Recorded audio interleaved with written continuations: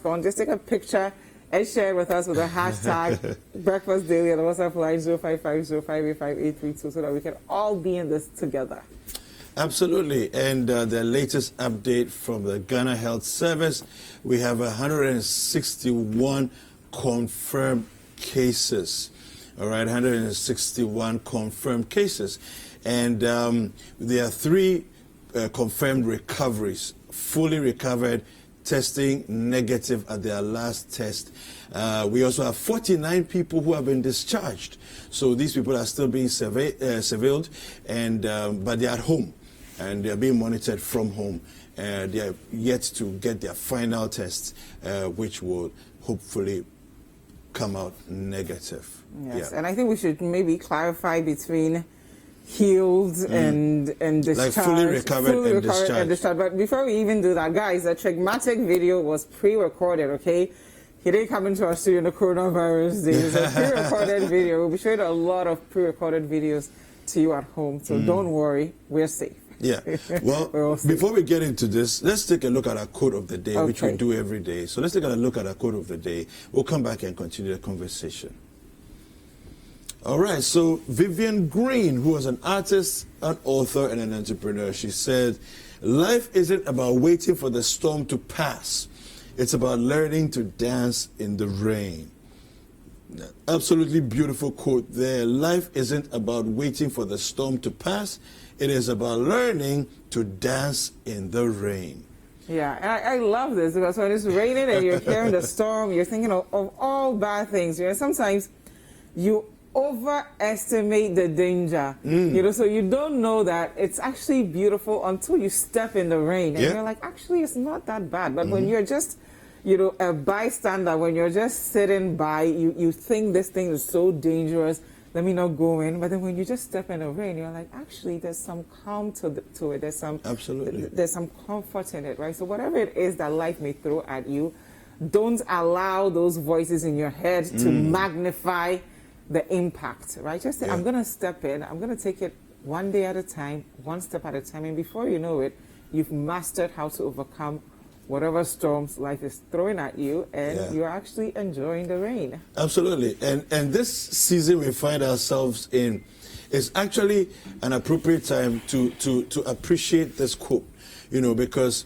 COVID-19 has brought about, you know, all this panic and fear and everything else. Now, in dealing with it, we've decided to do quarantining. Now we have to stay at home. But many of you have not stayed at home with family. You've not stayed at home and rested for months on end. And here's an opportunity for you to take a step back, stay at home, stay with family, rest, take a break, do something different, get some reading done, get some writing done, and so on and so forth. So it's experiencing the rain, walking into the rain and enjoying the rain. Don't be in a hurry. Don't be fidgety and, you know, looking for the least opportunity to step out of the house. As of this morning, I saw people on my way, you know, to work. The president did mention this, that it's not the time to go jogging, you know. Stay at home. If you want to do exercise, there's a lot of exercises you can do in your comfort of your own space, all right? And some of that we're going to be showing to you as the days go by in this month. We're going to be showing some interesting workouts that you can do. You don't need space. You don't need gym equipment. Just simple exercises that will really be effective for you at home. Yes, and we started again by telling you that the number is now at 161. Now, when you hear that number, it doesn't mean it's a death sentence, okay? The large majority of people will go on to survive this virus, okay? So we're all safe, but the number is at 161 as far as the total confirmed cases. 49 of those people have been discharged and they're being managed from home. So 3 people have fully recovered. Right, and some people were confused with the 49 number. That's because 18 people were already being managed at home. Yeah. So now we've added 37 actually to that number. Well, 31. Yeah, 31 plus 18 is 49. Stay in math class, guys. Class act. Math for you. Okay, so that's why the number is 49. 3 people have fully recovered. And they're going to be a bit more testing. So they're going to move into your areas. I heard I also West Wogon is one. That's where I live. There's nothing wrong with opening your doors to the health officials to test you. And again, there's no stigma to it. Just because you're positive does not mean you're going to die. But early detection is key. Once you know your status, you better know how to allow the health professionals treat you. So as you see there, 79 people of those in the quarantine group, that's the 1,030 people who were separated when they arrived into the country, 31 are being managed from home, and 48 are responding well to treatment. So you can already see there that we have things under control. We should all comply with officials, and April will be that month that we will beat coronavirus and get back to our normal life. Yes, and as the national directive is being given, we're going to be doing mandatory testing, compulsory testing for the Yawaso West municipality. The areas that would cover will be Legon, Jowolu, East Legon, West Legon, Oponglo, Abelempe, Roman Ridge, Airport Residential Area, and surrounding communities. So these communities will undergo a compulsory house-to-house coronavirus tracing and testing exercise. All right, I think it's a very important step that we've taken. It's been isolated as a hotspot, you know, of the virus spread, and I think it's important for us to attack it.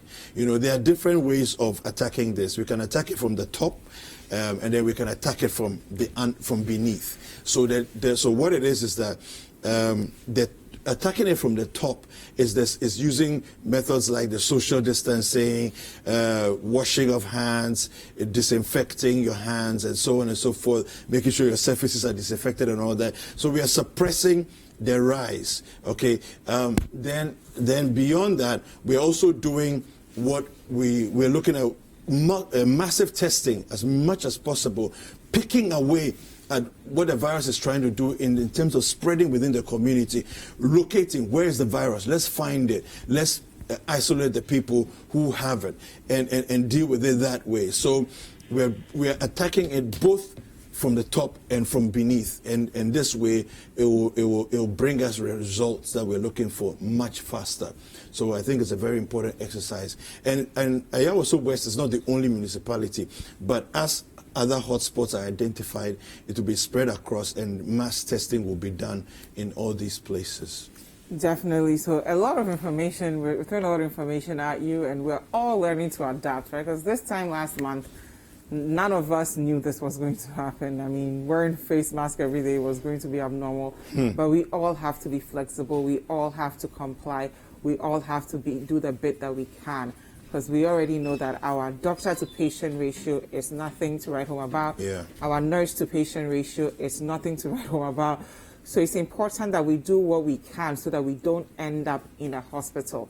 We already see what's going on in developed countries. You look at the United States, for example, it gets out of hand where you get to a point where people have to be treated. So we stay ahead of the curve by ensuring we don't end up in the hospital. And the way to do that is, one, doing some of the most basic things that we may have taken for granted in the past. Constantly wash your hands with running water and soap. That means even if you get a guest, which you shouldn't be getting any guests at home right now because we're all on lockdown, but if someone in the household steps out to buy food, they come back, immediately let them wash their hands with running water and soap. In between eating or watching TV, whatever it may be that you guys are doing in the household, use hand sanitizer. It's important. Keep a distance. Just in your mind, pretend as though I may potentially be positive. I love my family. I love my friends. I don't know what pre-existing health conditions they may have. So let me keep a distance from them so that I protect them. I don't unconsciously pass on something I don't know I have to them. That way, we will all be safe. Now, in addition to that, if you're going out to buy food, if you're going out to buy medicine, if you're going out to buy anything that's essential to your survival, put on a face mask. It is critical that you do that so that you don't pass it on to someone, or you don't take anything from someone else and bring it into your household. So as uncomfortable as it may feel, it's not something we're used to. This is time for all of us to be a bit more flexible and adapt to these times. This is easier than us trying to treat a virus that we don't have a cure for globally. So it might feel uncomfortable temporarily, but we will all get used to it and we will all get through this. That way we stay ahead of the curve. And speaking of complying, a lot of health officials might be knocking on your door. Don't treat them as if they are strangers. Don't act as if you don't know why they are there. Don't make their lives difficult, okay? Comply. They are just there to ensure that you're safe. So the minute they knock on the door, they show you their IDs, they show you proof that this is what they are coming to do. Welcome them, let them into your homes, find out your status, and then they'll be done. If we all do this, by the end of April, we'll be just fine. Absolutely. I think it's important to bear in mind that there are countries in this world, many of them actually very advanced countries with advanced systems, who struggled and are struggling big time. They are struggling with the whole experience of COVID-19. And this is because decisions were left late in the day, and decisions that even when they were left late in the day, they were not stringent enough, they were not tough enough to lock down spaces and prevent the spread, you know, and now they're paying a very, very high price for it. Okay, we are grateful to God and to our leaders for making, you know, taking steps quickly. You know, and I even think that some people even say if it had been taken maybe even a week earlier. But I still believe that where we find ourselves is a much better place than where we could have been. Look, there are many countries, if you think about it, look at the records. People, by the time they hit the third week, their numbers have started going crazy. You know, and we are fortunate. Yes, we're not doing enough testing, but we're going to, you know, begin a lot of targeted testing and all that, and it's very important. So, yes, and speaking of testing, the numbers will go up after your testing. That's not the time to panic, okay? We need to rearrange our minds to embrace that. Numbers will go up a bit. That's not a death sentence, okay? So as we test, the numbers will go up, but then they will come back down. Exactly. Okay, so if you see that numbers have gone up in your area, that's not the time to start running away. So for instance, like coming to Ayawa, so West Wuogon, they report that maybe 10 households, this is the X number or Y number. Don't run to Dansoman or some other place to say, oh, I don't want to be tested. No, we don't want that, okay? This isn't the time to be playing what you don't know won't hurt you. Let's all comply. Let's stay still. If they are coming to your area, stay there. So they are coming to test you so that you know your status, okay? When the numbers go up, they'll come back down. Majority of us are going to be fine. Even if you get coronavirus, you're going to survive it and you're going to go on and live your life. But it's important to know your status, please. Absolutely. Now, our colleague Umaru Sanda Amadou has a report on the day. We'll come back and continue the conversation. A bit more, I'm not sure that I should use the word chaotic, or a bit more enforced than what we saw yesterday. You are even turning vehicles away. Why? Yeah, you know, people are taking advantage of the situation because they realize others came to town yesterday. They go back and tell them, look, town is cool, you can come. People are just hiding behind the excuse of, I'm going to buy food, I'm going to buy medicine and all that. So we need to really verify whether indeed they are doing that. And if you can observe, some of the vehicles are carrying passengers. Are they observing the social distancing? Okay. You see, you can find a vehicle with 2 or 3 or 4 passengers in the same car. Which is not allowed. It is not allowed. So that is exactly what we are doing. Now, under what circumstance would you let someone do a U-turn? I mean, the person says, oh, I just saw a gentleman say, I went to take a stew and I'm taking it to my auntie and all that. These are not tangible reasons. What is so critical about those things? We look at the critical nature of the issue at hand. You understand? You don't just come and tell me you are going to bank, I'm going to cash money. Come on. There are banks in Adenta and beyond. E-banking is allowed. Just do that. People are just hiding behind these excuses and coming to town just for nothing. What is the problem? Yeah, the issue is, let me talk. The issue is we are coming from that vehicle. Into you do I don't know what happened. But when I said driver not attending, wait, let me finish talking. That's what I saw. Driver not attending air call Accra road. It's not see AC. That's why we should go to the other bus stop. Now it's there. You have to receive 30%. That is the lorry fare. And decided at least let me give us one city so that we add our money to it. Because you have to make a yes, you have for different money. That the same money and you still locked down. That's the issue here. Let's have the young police and soldiers for no more explaining to us why. He's not willing to give you the money. No, he's not willing. So we should go to the police and the soldiers so that they will explain to us. So where is he? Where is he? Where is the mate? Here is the driver. Driver, what's the matter? Oh, yeah, but no. Our first one is see uncle, and a second one. Once you see me go to Jano Street and what can't you know over me uncle. And Joko and was say police in Panino Jar, who was Yan Santan, embassy in Panoha, near Mumbla bus stop. Yes, you mono. I don't know someone tells us a chinchilla, young four monco, a beautiful massacre. I say, Yan Sanko, you tell I'm say, and they mean, yeah, every moment. Oh, and they discuss some day and can't discuss some way. Oh, what's happening to you? Yeah, I'm the driver. Then you tell somebody I should go home. I'm going home, but I packed the passengers. But you are telling me that I don't know. I'm stay there, but they see that beating me. Who beat you? The police. As a cycle, I'm a driver. I'm staying at Adenta Sakula. Do you have your ID? I'm my license. Driver's line. Where's your car? I'm parking. Your car is parking. Yeah. So why are you moving? Parking. I'm going to Adenta Sakula. Okay. Hello, madam. You're wearing a tag, a bank CBG tag. Exactly. What is the problem? Good afternoon. I'm on my way to the office to pick up my exemption card that allows me in and out of the office. The trustee I was coming from Pantine or Yarifa, that's where I'm coming from. We got to the junction. The policewoman just asked the driver to turn around because we are going to the market to go and shop, and that we should all go home to go and shop without asking anything of anyone in the bus. So you, the passengers, were not questioning? She wouldn't even let us speak. And then now I get down and say, I have to go and pick my card. You ask me, well, I should come here and wait for another cab to come around and take me back to where I am going. How then do I commute myself from my house to the office every day? So there you have it from the perspective of the police, how the lockdown is going day 2, and some frustrated people as well on how the police may be handling things. Yeah, I think that there needs to be a lot more clarity in terms of what is expected of the police to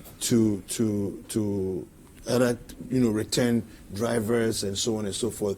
I think the case of the lady there, she is a banker and she was going to the office. I think some of those nuances need to be dealt with by the police, properly. And of course, there are many people who are trying to beat, the system.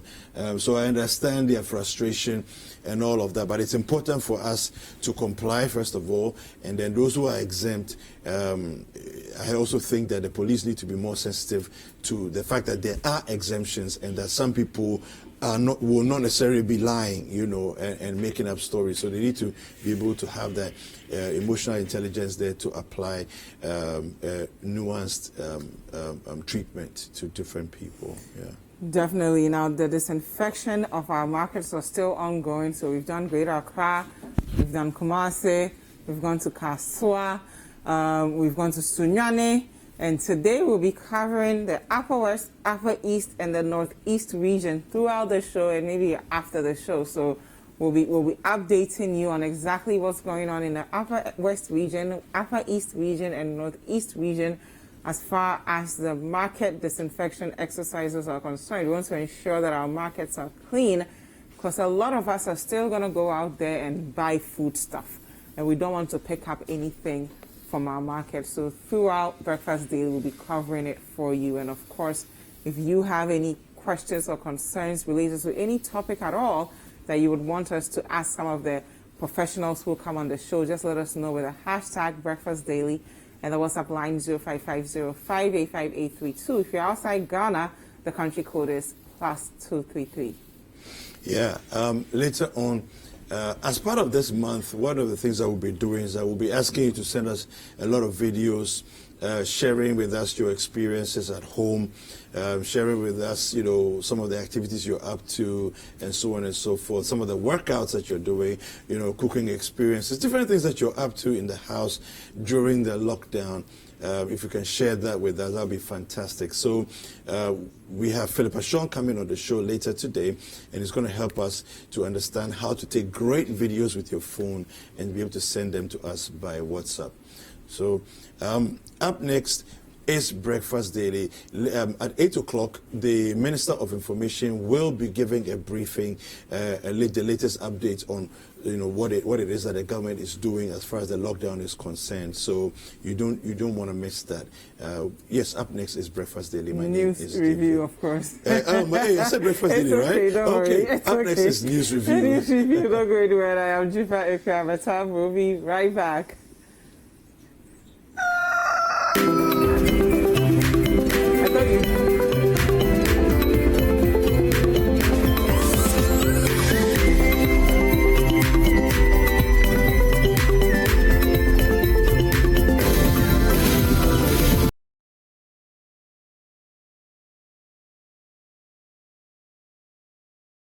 Never relented on its brand promise of manufacturing the highest quality but affordable home appliances for everyday people worldwide. At Hisense, we pride ourselves with the fact that our products play the necessary role it is expected in the lives of our cherished customers. Whatever your home appliances needs are, be it refrigerator, air conditioner, television, gas cooker, electric cooker, iron, rice cooker, washing machine, steamer, kettle, mobile phone, sound system, blender, you can confidently walk into any of our showrooms to pick up what you need at the best price. We are the only company that, without a second thought, give you 5 years warranty. Our after-sales service, coupled with our great customer service, makes us second to none.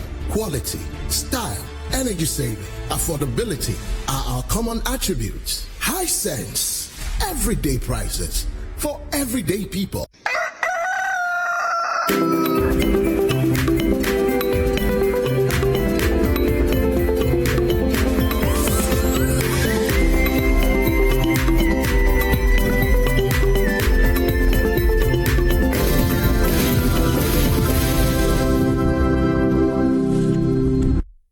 All right, welcome back. It's time for us to go into the news review. I'm going to take a look at the headlines on the dailies. I will do a few online stories, and then I'll introduce my guest to you. We will come back and have a conversation. So on the front page of the Daily Graphic, we have enforcing restrictions on movement. Security scales up operations. Additional checkpoints mounted. Veronica Bucket inventor seeks government support for patenting. UBA Ghana gives 1.925 million Ghana cedis to COVID-19 fund. Virtual learning on TV begins April 3. COVID-19, 49 COVID-19 patients treated, discharged. All right. On the front page of the Ghanaian Times, police arrest dozens over breach of lockdown directive. Police military show of force as they step up operations against lockdown defiance. 31 out of 161 COVID-19 patients recover, discharged. Tema police deploy 330 security personnel for partial lockdown. On the front page of the new publisher, COVID-19 girl runs away. 3-day lockdown directive, beatings galore. Day 3 of lockdown directive, beatings galore as soldiers, cops descend on civilians. 60 hide in cow's truck to escape lockdown. ONMA intensifies COVID-19 fight. All right. And then on the front page of the Daily Post, ignore EC and SP, focus on coronavirus, Asidun Ketia to NDC members. No more coronavirus cases recorded, more coronavirus cases recorded, numbers now at 161. Continuous reports of escapes from various COVID-19 mandatory quarantine facilities becoming alarming. And finally, on the front page of the New Crusading Guide, Brian Champon fights off allegations of land grabbing. Suspects someone wants to tarnish Chiefs and his image. ADB commits 1 million Ghana cedi to COVID-19. Ghana scholarship goes online for all applications. Tensions in Achim Enyinem as youth group unduly takes over mining concession. COVID-19, Ghana records 31 new recoveries. Cocoa Board supports COVID-19 fund. Let's do some online stories. And on citynewsroom.com, EC withdraws, relays public elections amendment regulation again. Repatriating Guineans, Burkinabes, who tested positive for COVID-19, dangerous, says Mahama Ayariga. Gender Ministry, NADMO to offer further support to stranded Kayaye. This is from the AMA. Ayawaso West identified as COVID-19 hotspot. Compulsory testing begins on April 1st. 49 coronavirus patients discharged, being managed from home. And on citybusinessnews.com, top hotels in Accra shut down due to poor patronage over COVID-19.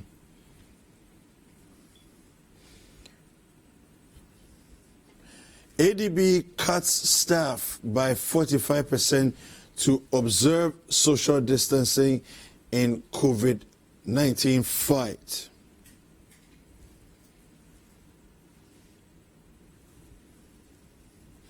And on My Joy Online, soldiers inducted social media videos not on COVID-19 operation. This is from the Ghana Armed Forces. And on BBC.com, hospitals, former Marseille President Papadiouf dies of COVID-19. Trump warns of very painful weeks ahead. And so for more news, go to citynewsroom.com.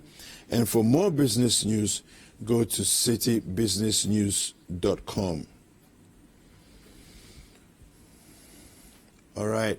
We're going to do some stories this morning, and as you can well imagine, it's going to be COVID-19 all the way.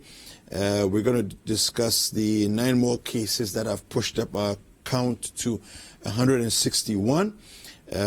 49 patients treated and discharged. I noticed that a lot of the stories are carrying the using the term recovered. It's not accurate entirely to say they've 49 recovered. They are discharged, but they are being monitored until they have their final test, which proves them fully negative, and then they will be declared recovered.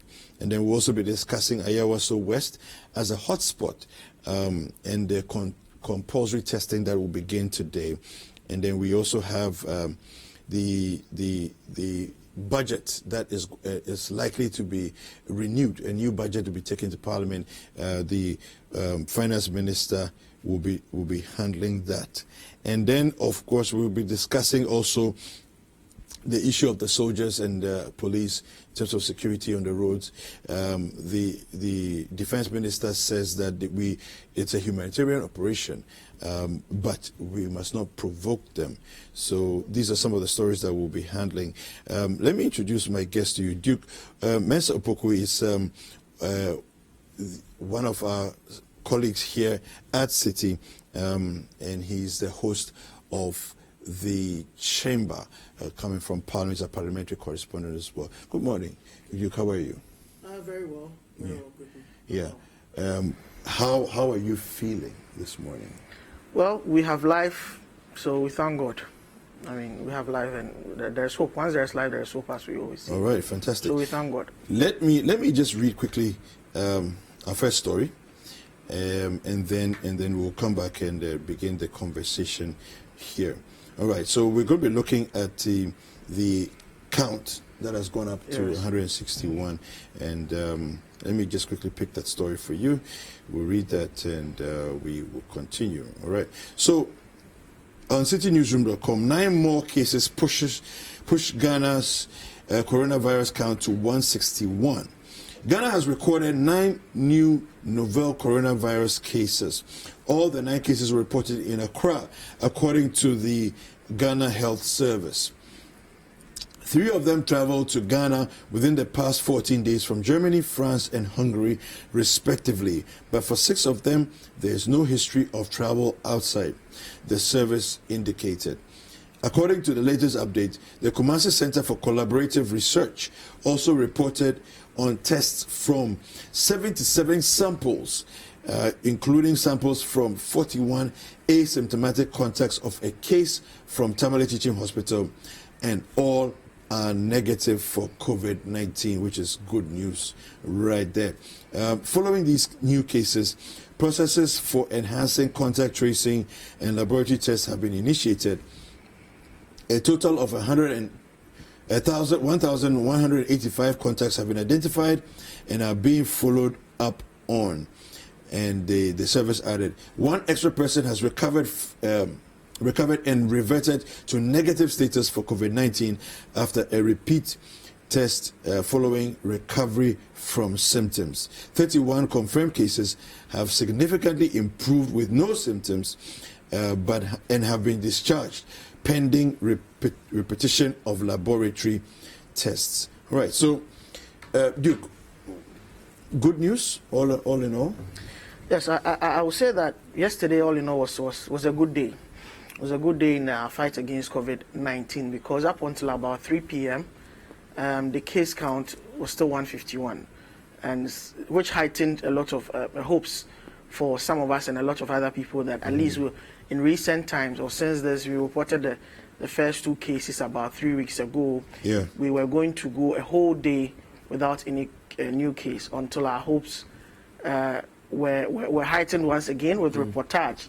Of course, false reportage earlier on that 31 had recovered, until we had that until we had the clarification that these people had actually been discharged and they were now cases for home management, so which does not necessarily mean that they have recovered. Yes. Because based on the protocols, there have to be further testing and other things have to be done to cement their status as people who are fully recovered. Yes. Nevertheless, we still had 1 person who has made that recovery. So we now have the number of recoveries at 3. Yeah. And those who are being managed from home, case management, that's 31. And interestingly, almost all of them are coming from, that's a 31, are coming from the group who were quarantined at the hotels. That's those who came in the period when the president had put in place that mandatory quarantine, that directive. All right. Okay. So the briefing from the Ministry of Information has begun. Let's take a look at it right now.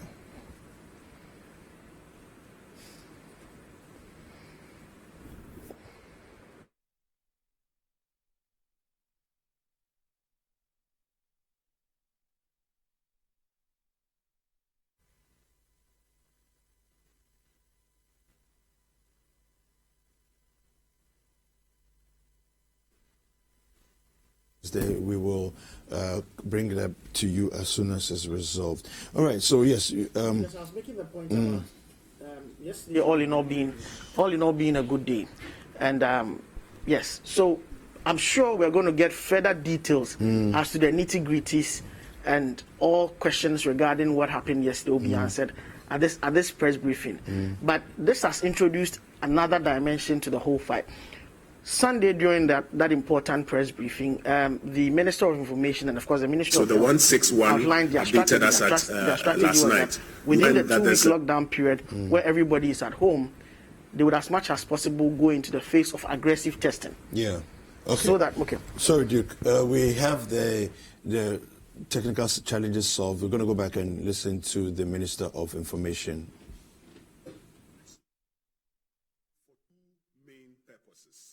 One, to slow down or to halt a potential community spread. To slow it down or to halt it.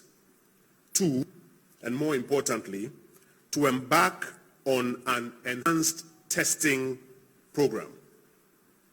The restrictions are being enforced by joint police-military operation, and this morning, about 55 minutes into it, I'm sure you have come across a number of specific narratives in the mass media and on social media about compliance and enforcement. It is, however, important also to give you the bird's eye view, the big picture of compliance and enforcement beyond the specifics that you may have seen on television or on social media. I want to invite Brigadier General A.Y. Insia, General Officer Commanding, Headquarters, Southern Command, Bishi Ridge, Accra, to give us a quick update on one. Brigadier General, please join us. And please use our sanitizers, etc., before you start and when you are done.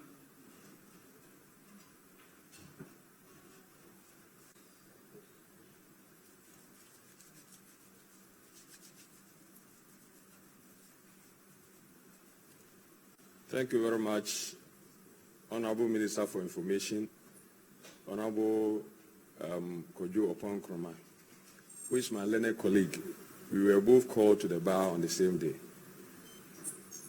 My fellow Ghanaians, it is my pleasure and honor to come to your home this morning to give an update of our deployment to ensure the compliance of the directive that will ensure that we minimize the spread of this pandemic. First of all, I want to say that so far, so good. We are achieving the objective that we set for ourselves. Generally, our population is complying. Of course, in every situation, when it begins, people will not understand what it is. So obviously, some few of them might fall victim to the law. And we are trying our best to make sure everybody understands why this restriction have been used. First of all, I will say that Accra have been put into, and we have forward operating bases where we have positioned soldiers and the police. We have various points to ensure that those who do not need to come stay at home. The checkpoints have been very effective. We have several of them. I do not need to go into details about them. They are doing their job both day and night. We have static points at certain places. We have patrols at certain points. There are other areas that we have some challenge because the population there are not cooperating. But I can assure you, as at this point, everybody understands. And the situation is going to the level that we expect. My expectation is that by tomorrow morning, you have less vehicles and less human beings on the roads. That one I can assure you. Because measures we put in place is very effective. I must also emphasize that some videos is gone viral concerning some brutalities being meted out by soldiers to some civilians. Let me assure my fellow Ghanaians that the soldiers that you have are well trained, they are professionals, they don't brutalize. We have deployed close to 1,000 soldiers in the field. Out of this number, we have had one incident, and that incident had nothing to do with slapping. It is something that we thought is not of our standard, and that we are dealing with it. That soldier involved currently have been withdrawn back to the barracks, and I have tasked the military police to go into the matter and investigate. So all the videos you are seeing, they are false. I do not know the intention behind it. But whatever it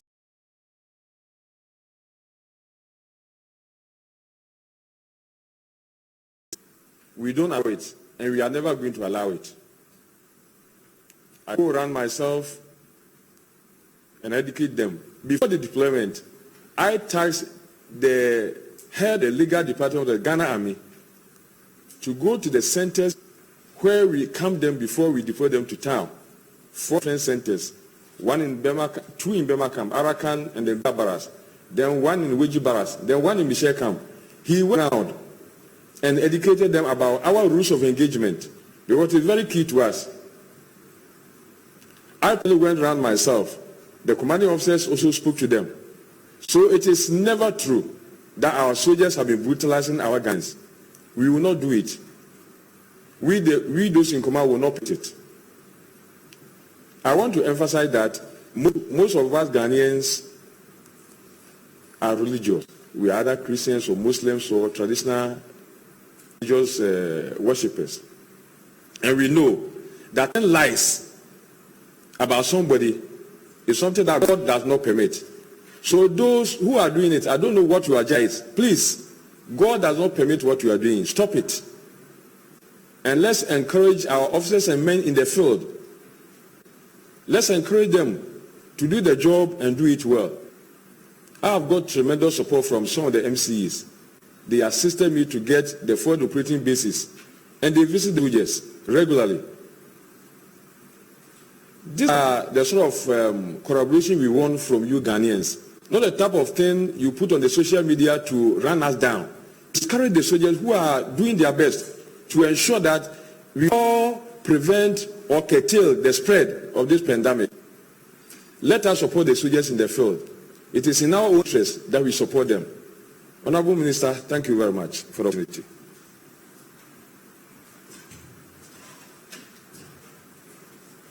Thank you, Brigadier General, for that quick update. Says generally there is compliance. They are also ramping up their enforcement. He admits that there at least has been one incident which is true of an infraction by a uniformed person. That person has been withdrawn from the operation, and they are investigating and dealing with it. Later this morning, we will show you a lot of the videos that are circulating, which are indeed false, and the context, the actual times and context in which those videos were taken. We also would like to make the point that the state takes very seriously any effort at this time to use misinformation to thwart efforts. And already a number of reports have been made to the police and the investigative agencies to find persons who are in the business of perpetuating this and bring them to book. We'll do that shortly, but the general picture is that generally people are complying. In the coming days, we will see a lot less vehicular traffic as they get a full grasp of the situation on hand. Now, the second matter that we want to deal with this morning is the provision for the homeless and the vulnerable. Shortly, I would invite the Minister responsible for social protection to assist us with a brief on that. But simply, very quickly, in Twi, the first part of our brief, Yeni Aspone na Edike Din Komo, Brigadier General Insia, Ana Acheche Mo say, Beye Donhiri Edu Numa Omufi Ejumana Seno, Oma Bomode say, Baby Bibria, Soldier for near police for Wa, Omuhema instructions I didn't mind, and as will be antinefino. akwansi ombeba kroma be bibi no omumra no monye ebio or science or boy and kokose and komo bebre koso sa so for nam kromo bu nkofo ne ade na nye no kre de no kre wo de anye kra omunim se ba ko asia omohwe na omodi ojuma but generally no videos ni bebre anye no kra no pay yinya bra e beda na di achemu. Honorable Minister, the vulnerable and the homeless are a cohort that we have been speaking about for a while now. We observed instances where the vulnerable, including Kayaye, have been too clear on how they will be catered for during this period. The Honourable Minister for Social Protection and Gender, as I mentioned, and the Minister responsible for national security have completed some work on measures to mitigate the impact of the restrictions on the poor and vulnerable. Honourable Minister, please join us with an update.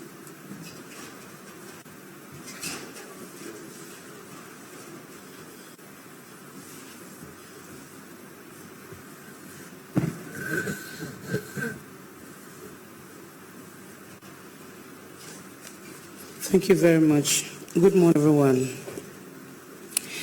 The Ministry of Gender, Children and Social Protection has come out with mitigating measures to safeguard the health and well-being of the vulnerable groups in Ghana amid the coronavirus pandemic and subsequent lockdown of the affected areas of Ghana.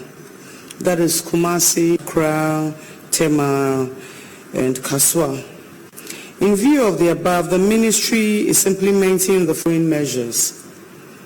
We had meetings with COVID-19 Planning Committee, that the National Security, NADMO, and the Ministry of Finance, updated the KIA data for visiting various marketplaces with their leaders. I personally went around the markets where we have most of our KIA to make sure that at least we have a forehand information on how things are going.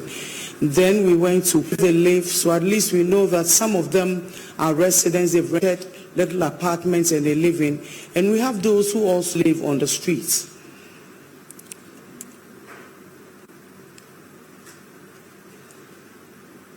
We have also visited some facilities where we think it's suitable to accommodate our brothers and sisters on the street. We have a few men, that is why I add brothers and sisters on the streets. Those without place of abode, we are going to keep them for the 2 weeks that we have imposed these measures. We currently have like 15,000 of them that we are going to cater for. For those who have the apartments, we'll find ways of sending logistics to them to keep them away from coming to town. And for those that we are going to keep, identified places that we have found, we are going to cater for them. There's going to be enough food, there's going to be enough water. We have corporate bodies cooking for like 6,000 and other group cooking like for 4,000. So all in all, we have enough food for them. We are also sending food to people on the street. We have like the mental retarded people. We are picking 20 and they are going to be clean. They are not going to come back on the street. 20 of them, facility tells us that they can only take 20 and keep clean. And others we are going to feed. So we are going to give them food every day. Give them food, give them water twice a day. We haven't thought of the breakfast yet, so we are still getting through. We have drinks and things, so we'll supply them with, and then the medical assistance that we can provide for them also. The food we are going to provide is going to be hot meal, and I will treat if we can get the journalists go around and see exactly what we are saying, whether it being complied. When we keep our brothers and sisters, we are not just going to keep them, we are going to train them on personal hygiene. Because those who came from Ejusu yesterday, we realized that we need to train them on personal hygiene, how to use a sanitizer. We are providing 15,000 sanitizers. FBA came over to help us. Mimi is here. Mimi, thank you so much. They are providing 15,000 sanitizers. Sample is here. I'll show to you so that at least When we say they should wash their hands with soap and water and use sanitizers, we are not just saying in vain, but we are providing for them. We are going to give them soap and water also. There are Veronica buckets on the compound where they are going to be kept, and make sure that we train them to do the personal hygiene. We are also going to train them on social distancing. It is something that is very important, because we realize that they always faster. So we have to teach them on social distancing, and that is something that we are going to take very seriously. By keeping them also, what we are going to do is that we have a list already. We already have their data. Because some of them have moved before the ban, we cannot use data. Otherwise, we are going to spend for nothing. So that is why I went around to collect the data on the ground, the people who are left behind. Those are the people we are catering for. We register them, give identity. After everything, we are going to separate the younger ones from the older ones, because some of them are really supposed to be in town doing Kayo. A Kayo at 13 or 12. By the time that lady turns 25, what do you think would happen to her? And so for those younger ones, would let go back home and go to school, because we know that education is free now. So after separation, when we register them, we will not allow any younger lady to be a Kayo. We will only use the adults who are using it for work. That is their work. And then make sure that we do the screening for them, and then we make sure that they are healthy, even though they still want to be in that trade of Kayo. We are also going to do grooming and deportment for them with young ladies who are doing dressmaking, fashion design and all that. So we are bringing our trainers to come and train them. We are grooming these ones, because we know sitting at one place for 2 weeks is going to be a little boring. So we'll make it exciting for them. After that, we do the separation. In Kumasi and Accra, where we are going to send the food, we're doing Nim, CMB, Malamata Market, Agbogloshi, Tema Station, but some of them live there. So we are doing the Circle, Tiptoe Lane, Pikfumalajo, Accra, Utah, Mamobi, exactly where they are. That is where we are sending the food. In Ashanti region also, we are doing same. We are doing Adiabeba High Tension, Moshi Zongo, Ayanu, Moshi Zongo, Alaba, Subin, and in all we have Subin, Market, Daba Station and all that. We are providing them with food and water, and we are all screening them. Yesterday we thanked Minister of Health. They were there to do the screening, take their temperature and make sure that if their temperature goes high, then they go for isolation and then they test them. But yesterday we didn't get any sample of anybody's temperature going high, and so we think we are in the range. Today, when we pick them up, we are going to same, and we continue doing it until we are sure that none of them is a threat to the others, so that at least by the time they come off where we are keeping them, we'll know that they are all safe. Minister, I think that's about all for them. We are also taking care of the people with disability. We have over 10,435 people with disability that we are also going to take care of. And then we are also taking care of the mental people that we have said. Director is not here. He would have given us the updates of those that we are taking. So basically that is what we're doing. When we sit and there are any questions, we'll answer. Thank you very much. Honorable Minister, thank you for the update. So in terms of feeding is being provided for. They are also they will be given a day stipend of how much? Okay. It will be good to put that figure out at some point in time, but there will be a daily stipend at some point. And then in terms of accommodation, you've identified places where we are very grateful. We will take some actions for the Honorable Minister. And then the toiletries and other sanitary items as well. Because as the President mentioned, the homeless and the vulnerable are a key cohort that we need to also respond to. Ladies and gentlemen, we are going to the third part of our brief this morning, which is and that is the health brief. We want to give a quick update on case count.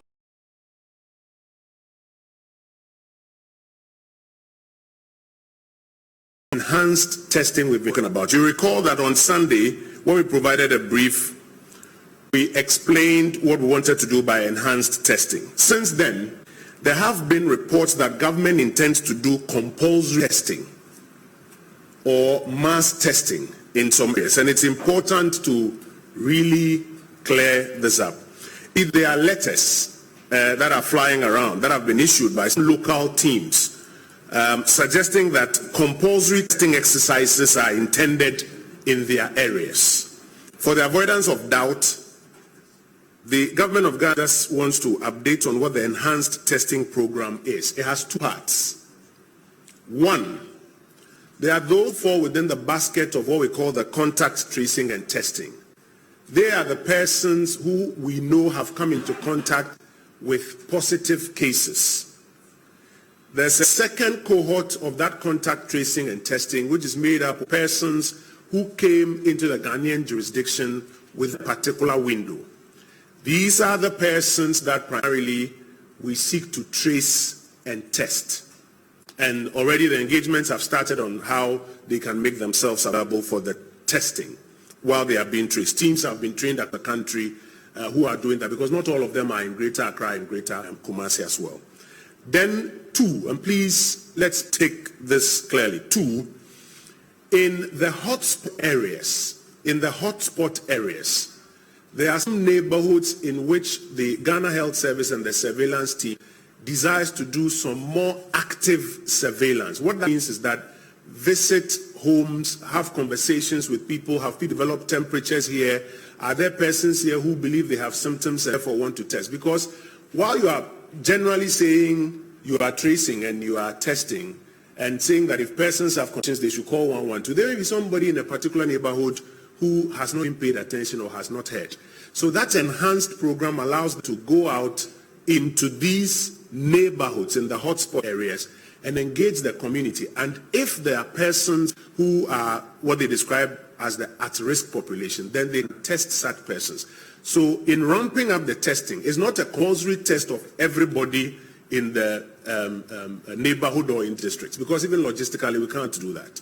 And we can't force people to test by compulsory testing. We can't do that. But we are pleased that the general compliance and support that we are getting, and we intend to use that for the second layer, that when they get into hotspots, they will engage people in the general neighborhood and examine how these persons, if especially they are showing symptoms, etc., can also be tested. I think it's important that we have this class so that we don't cause more panic out there that there are people coming to do compulsory testing everybody. It's important to get that clarification out there. So the enhanced testing has two cohorts. A, those who are in the contact tracing and testing bracket, that is those who had contact with positive cases, and as a next layer, those who returned into the Ghanaian jurisdiction within that particular coming forward, the 15th, coming forward to about the 28th when we did the mandatory quarantine process. And then the second part is that in the hotspot zones, the neighborhoods will have some more active surveillance, during which period I have to test. Dr. I hope I got it right. Dr. Abuaji? Okay, so thank you. A quick general update on case count and case management. The man who is superintending the entire exercise, the Honorable Minister responsible for Health, the Honorable Kukwaji Mamenu, will join us with that quick. Honorable, let me let them sanitize the podium before.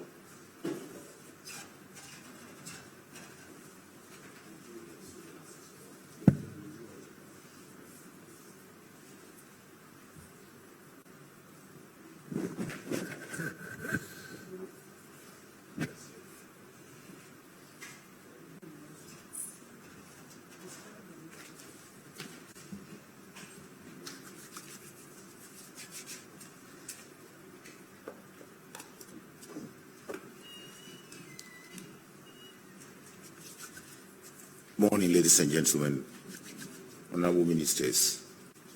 I'll call all of you health workers as colleagues, the security people. We are all colleagues together now fighting coronavirus, disease 19. Let me do the case management first, because there are more intriguing figures that Ghanaians believe want to know. We now have people in isolation and for treatment, for Ga East, a whole hospital that has been dedicated for this exercise, we have 50 cases on admission at Ga East. As of yesterday, new admissions that were put there were 5, and we discharged 7 from Ga East yesterday. So total number of discharges now stand at 38 discharges.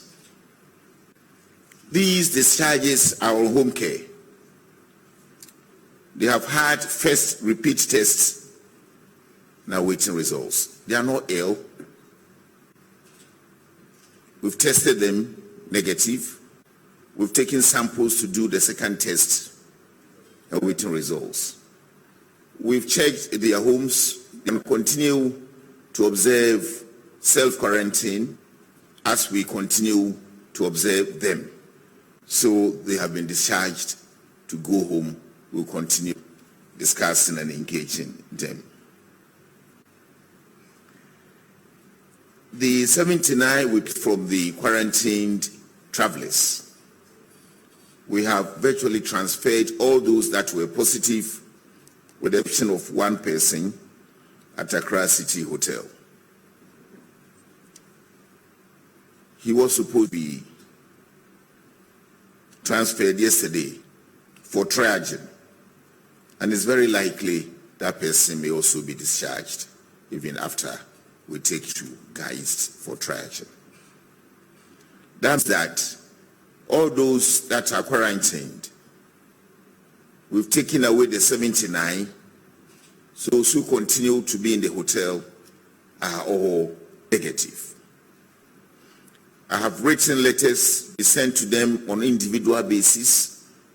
The letters were personalized from the minister to each single one of them. We have thanked them for their cooperation and understanding. And we have announced to them, I'm going to go and announce that they are all negative. But by quarantine protocols, we have earlier informed them that they will stay the whole 14 days. And since the 14 days is getting closer, some have been here 10, 11 days, we will start take samples for repeat tests on them today. We expect that between now and by Thursday, we'll have had the samples taken, tests done, results released, and by the 14th day or early morning 15th day, all of them will be released to go home. I've assured them in the letters that I've sent to them, the Minister of Health stands by to facilitate and assist them to take their luggage home when we discharge them after the 14 days. The government applied the coaster bus to aid staff transportation. This bus was delivered yesterday. A pickup has also been given to medical superintendent at Ga East to enable him organize logistics and around to make sure that the case management team, the doctors and nurses are facilitated to do their work very well. We still have 4 cases on admission at Rage Hospital, the Greater Accra Rage area. Repeat tests have shown still positive, so we continue to keep them there. The doctors have started giving them hydroxychloroquine 2 weeks ago.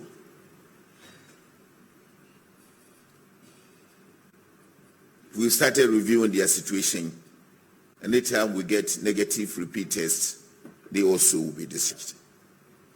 On mentioning hydroxychloroquine, I just want to inform the nation that the laws of our country allow the health minister to issue what we call emergency use authorization to FDA to allow or permit manufacturers and importers to bring in drugs that are not on our drug list. That exercise has been done, issued authorization, and FDA has, on that note, permitted some manufacturers in country to bring in the active pharmaceutical ingredients, APIs, or even import if they can source from outside to augment the stocks we have in country. At the moment, we have enough stocks to take care of all the people we have on admission. 37 military hospital, we still have one case. Home care, I've told you we are discharging, and we have 20 from the regular community screening awaiting repeat test results. So when you are diagnosed positive and they start treating you and looking very well, to be sure, we continue to do repeat tests to begin to show negative, then we stop observing. But for now, those in home care are being observed. Doctors are talking to them, they are visiting them to make sure that they are taking their prescriptions. The number of cases on home care in Accra are now up to 58. The 38 discharged and the 20 that have been discharged earlier. There are 2 patients who may release who have tested negative on 2 consecutive occasions, also in Accra. Kumasi, there is no case on admission at the moment. The only case we had there opted for home care, and the doctors have allowed that. So he's also in home care. Konfanochi Teaching Hospital. There's a case on admission. Repeat tests showed negative. But later, I think on the test, it showed positive. I put that person on hydroxychloroquine. We are waiting results for repeat tests. Obuasi. The first case, there are 2 cases. For the first case, we are doing repeat tests and it's showing negative. The second repeat test, again negative. So the doctors seem to have accepted that the person is good now. For the second case, who was also in contact with the first case, tested positive. 12 contacts have been identified along that line, and they are in self-quarantine at the moment, also in Obuasi. Obuasi has 2 home care cases. One has been put on hydroxychloroquine. While there is 1 case, again home care. There's 1 contact with that person, and we are waiting test results. Tamale, there are 10 cases. They start treatment today. The Interior Minister is working with the Foreign Minister to try to see if these people can be taken back to their countries, their authorities. But that process diplomatically has not been completed. And they are under order from the President to let them get back to their country. They entered our country illegally when borders had been closed. And so if you are found, definitely you have broken laws and you have to be taken back to your country. UGMC, University of Ghana Medical Center, that is ready for use. Training has been completed. There are 14 beds for holding area and 14 beds for treatment. 5 ICU beds are also ready. So we have UMC dedicated again some part of the facility to put in patients. Bank of Ghana Hospital. I kept on telling the community, the people in Ghana, that the Minister of Health hasn't got direct jurisdiction over Bank of Ghana Hospital. And people were blasting that there are hospitals completed that will not be utilized and all that.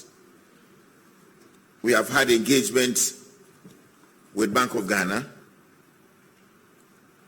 and they have released 2 floors to take care of 20 beds for our use. Because the facility doesn't belong to the Ministry of Health, Bank of Ghana has agreed that their own people and some VIP personnel will be allowed there. So we get some of you here, VIP people, we are likely to take you to Bank of Ghana Hospital. Why are you laughing? You are all VIP people. In material, okay. So what's called the fact that we are ready to take people in and make sure they are getting well. We are also arranging to disinfect areas that we quarantine people, and when we evacuate and the places become empty, we have made arrangements for disinfection to be done before we hand over the facility to the owners. Let me now move away from case management to look at why we have been asked to stay. So the surveillance report for this morning. We have recorded 195 cases with 5 deaths. The number of against reporting cases remain 5. Greater Accra, Ashanti, Northern, and Upper West. The Greater Accra region has the most cases, 174, followed by the Northern region, 10, the region has 9, Upper West region 1, and Eastern region 1. Most reported cases now are from routine enhanced surveillance activities. Cases from travelers under mandatory quarantine remain 89. That means that we have taken all their samples, we have got those positive and those negative are still in hotels observing the mandatory 14-day quarantine period.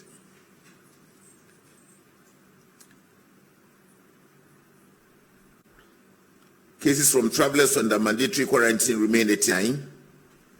That is Tamale 10, Accra 79. Whereas cases from routine surveillance currently stands at 106. Accra 95, Kumasi 8, Obuasi 2.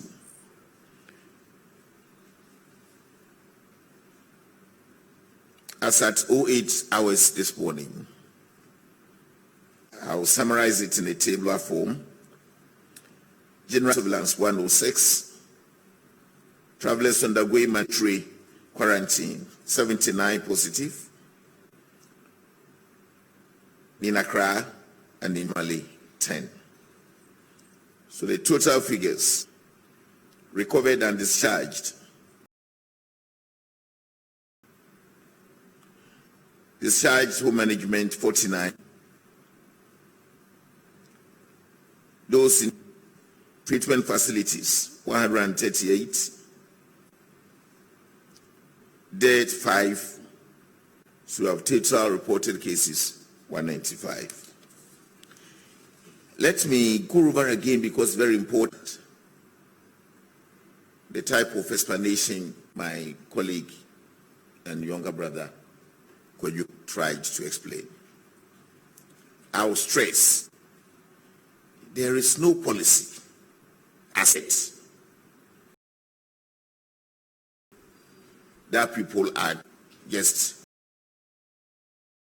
in team had gone on there anywhere or even on social media and has said that we are doing mass testing in some communities. Please, this should be corrected now. It's correct that we have teams that are working now in Accra and in Kumasi for what we call contact tracing. It's like those who have been tested positive. They had contacts with people. those who traveled in country before the quarantine are already in communities.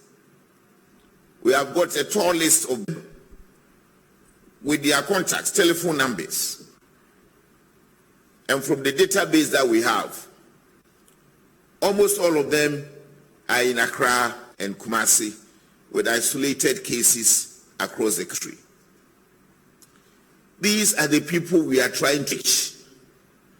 And when we get to them, each of them, we will try to take samples from that person and transport for tests. But if we meet one of such people and he's living with a wife and children, maybe in a very good self-contained 2-bedroom or 3-bedroom house, they are also contacts. So there's a need to try to test the very immediate contacts that he has come in with. If he's living in a compound house, the tracers will ask them questions. So those in the compound house who have had contact with that person definitely have contact, and they will also be tested. That does not mean that if you come and you are living in NT49, and all the people in NT49, about 5 your family people, have tested, and that person and none of them had gone to NT48, we are not going to test anybody in NT48. This is the explanation. So the contacts will continue from contact to contact. But if you have not had any contact and they don't have evidence to suspect you, there will not be any sample taken from you. And that is not mass testing or compulsory testing. So we are only checking on contacts. So far, we have deployed several teams in Accra and Kumasi. They are working now. And people that are being contacted are cooperating very, very, very well.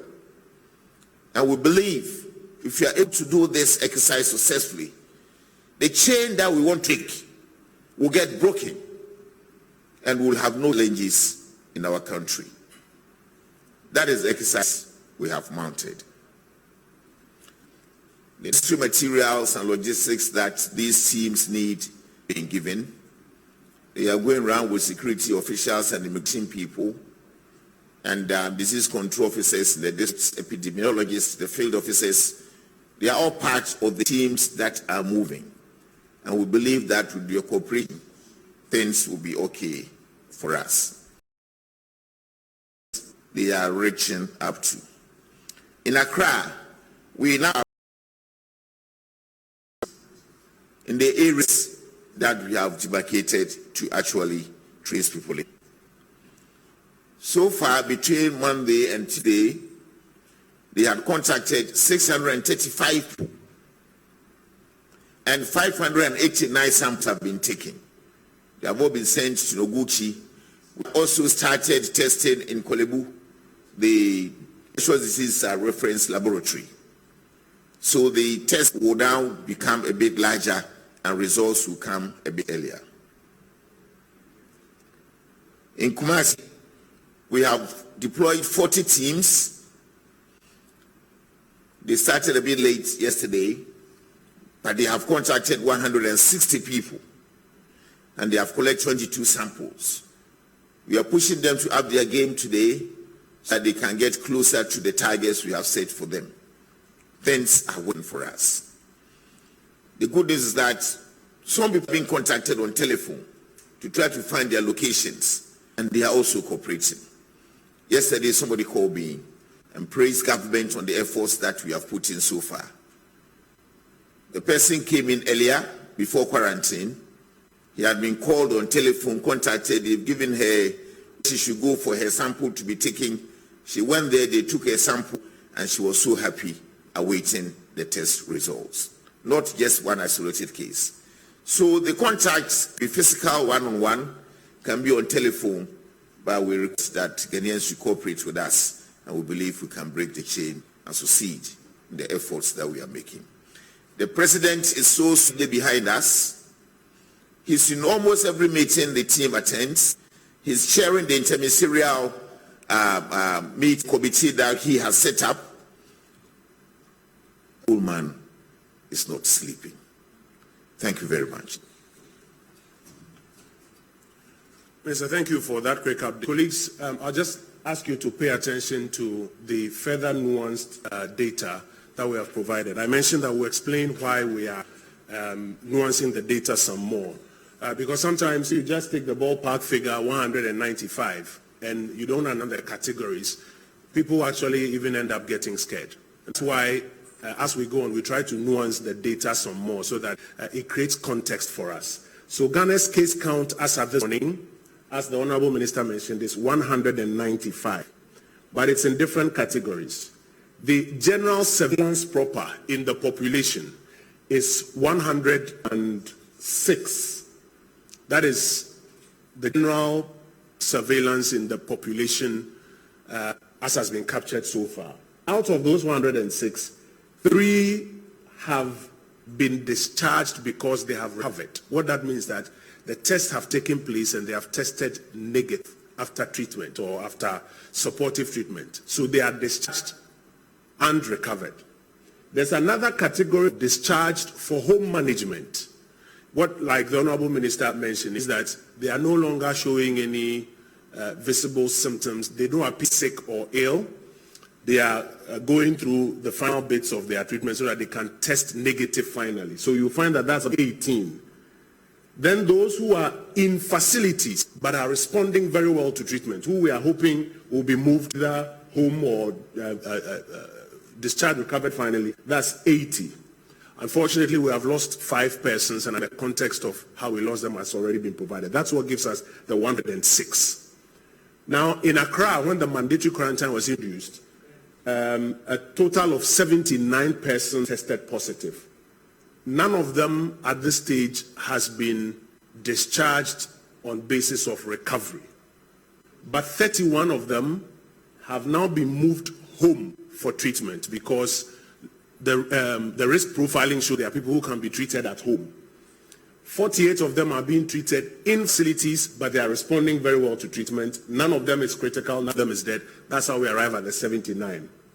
In Tamale, the 10 persons who were put in quarantine tested, none of them has been discharged on basis of recovery. None of them has been discharged for home management. But as at now, while we are waiting to complete the diplomatic protocol so that we can have them go back to their countries of origin to continue their treatment, they are currently responding to the levels of treatment that the doctors there are paying attention to. And I'll give some quick clarification on that, because the brief we have is that at the time they came into the jurisdiction, the borders had not been closed. And that is how come they were put in quarantine for, I think, 11 days prior to when their test and results came in. So Honorable Minister's brief is qualified accordingly. And then you come to the total. So that means 3 persons totally have been discharged because they have recovered. 49 persons have been discharged for home treatment for the final bits of their treatment. 138 are in facilities but are responding to treatment. We are very hopeful and optimistic about that. Unfortunately, 5 persons. That's how come we arrive at the 195. We have done this in response to public inquiries about why we should further nuance the data so context is created. So, Honorable Minister, we are very, very grateful to you. We're also grateful for the policy clarifications. We are not doing calls.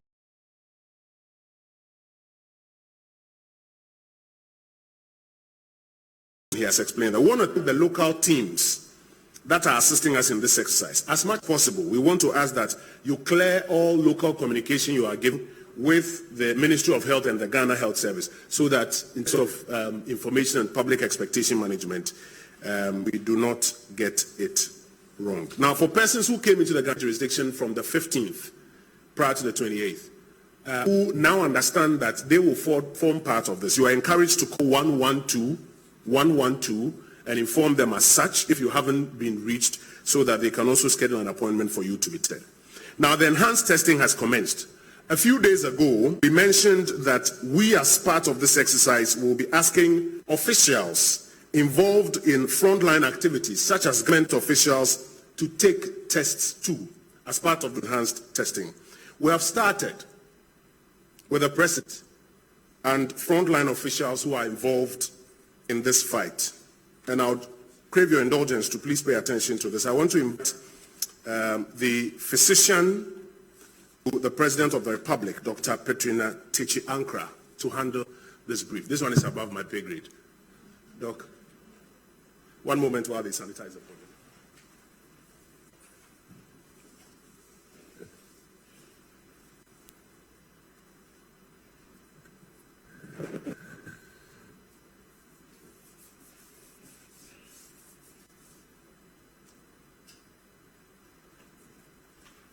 Thank you, Honorable Oponkruma.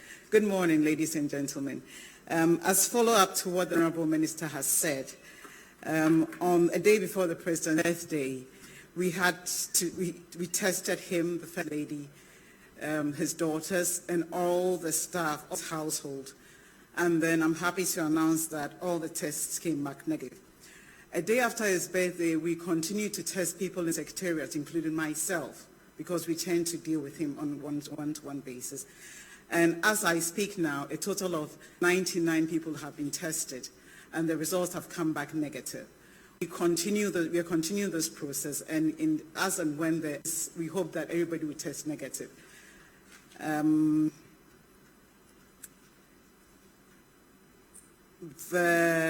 know the Ministry of Health and the National Health Service are continuing the process. The President is, as much as he said, very hardworking, being in chairing of meetings, staying up late. So I am on him to make sure that he's observing the social distancing. If any of you observe that he's not wearing the mask, a lot of questions have been asked, he's observing the social distance strictly, and then we're making sure that he's washing his hands very often, frequently, and then he is also using sanitizers as well. Thank you. Okay, the Minister of Health says he's also done the test and he is negative. Minister, them to test you again. Dr. Techi-Ankra, thank you for that update. So we have commenced testing of frontline officers who are involved in this exercise. We started with the President, and many of us are also submitting samples as well. The Minister responsible for health has tested his negative as well. We want to encourage people to understand that it is not a very scary thing. Taking the test enables us to know your status and therefore ask you if you need to be assisted. May I quickly do a translation of some of the highlight to tree, and then we'll deal with the final matter, which is the information contact center, and then we'll take your questions. Minister responsible for social protection, any gender ni ebidi inkomo.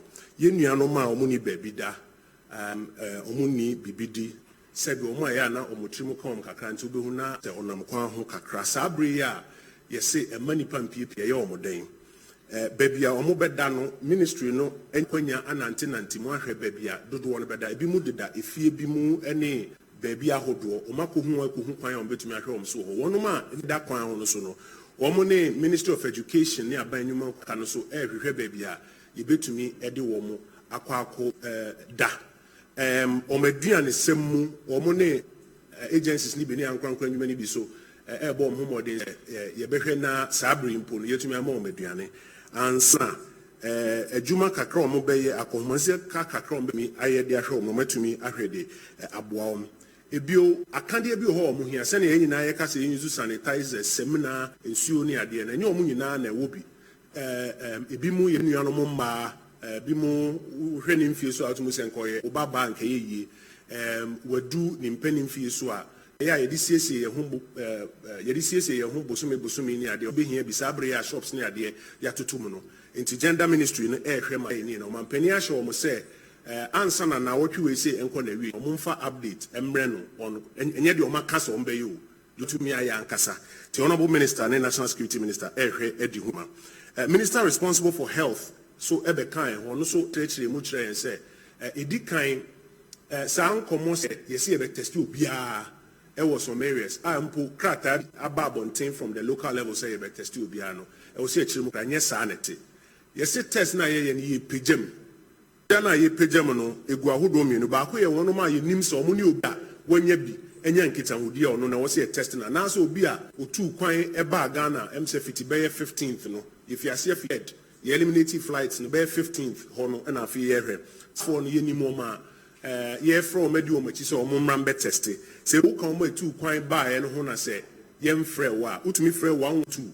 Na omo masote so kan obi na omo extra kwan abetumi so na yetumi atesto ansana so omo ba bia enye obi a onya ayare ni bia yasanso adi nkomo wo ahwe wo mpotem ho se oni nkofo bi enya nkita hu ya ebi ono de onti se dogo bi no abekra but oni na enya nkita hu ne hu kwan abetumi afaso na nkono so ya test so obi so wo ho ebi a ne ho dodo no ana bibia abresu ya test na eye no na ye ka ho asem ne nka se by force ye ba be test obi a wo sampotem ti esremo se moma obi a enti ase man ye nuanom so ebo aye wo form ne esremo se abrebia mo de information court amone Ghana Health Service any Ministry of Health eni hu nkomo no claim na confusion bia amamu ewo ansana ye kasa as part of testing ye fear say test even buying penny for eboa okun we say minister di anim Dr. Abuaje Dr. Bedusa akode say do be kwemi amegina he o man penny abedi champagne for edi hu dwuma nyina fear say so test wom san say ye aso ne nkofo ekọ o man penny doctor ne begina say Dr. Petrina eno che o man penny na nkasa ne enipa eduokunu hwe a ewo naso ye ho 98 persons and son of mampeni na nkasa kan ho 99 o matter o nyina eye negative ye koso ya test no na ye make sure say impo yemmu no bi wo mu a yetumi ehu na yaboa no colleagues. One last thing senior echirechire mu nipa oha ene eduokunu enum ena sabre yehu so ma test positive miensa de omho atom ema yamo om kofie eduonai enkono 49 yamo om kofie a yehwom so ofie ye kiremu saa ma obi ati ase om kofie a yehwom so ofie kakra bi na omho atom kra nti om de yamo om kofie a yehwom so e ofie oha ene eduasan wotwe 138 omwo facilities mu be a hospital near there ye almost doctor for any agisenia omo nhweye no e ko nanim ye bom pai se enje bi omo so ebetumi ye kofie mpose krakra omo ho aton enum sabre ya hwere ye bom pai se ebi emba eka ho ye stress o man panisi obi antena fie sa na wotwe mienu we fie a nkebe boa asojafo no so a kire yen se omo so peja omo nanim enya de omo bebubu obi by heart ewum onipa omo egitum se ode ne sa ka obi anke ni se ode ne sa no omo yi nefi operation mu a omo eye ho hwehwemu na de ebesi bia ombe ma yaso ate. I want to quickly go to the last matter for this morning's brief. To facilitate clarity in information flow to citizens on COVID-19 and related matters, the government of Ghana is this morning deploying a national information contact center. Now, colleagues have already announced the use of the National Emergency Contact Number 112. So you call 112 if you feel like you are having symptoms and you need to be tested. You call 112 and we'll do well to send somebody to you or direct you to where you can go take a test. We also ask those who are making prank calls on 112 to stop. We have started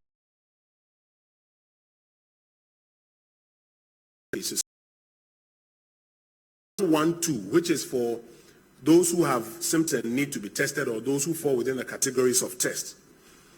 We are this morning announcing the contact number 311. 311.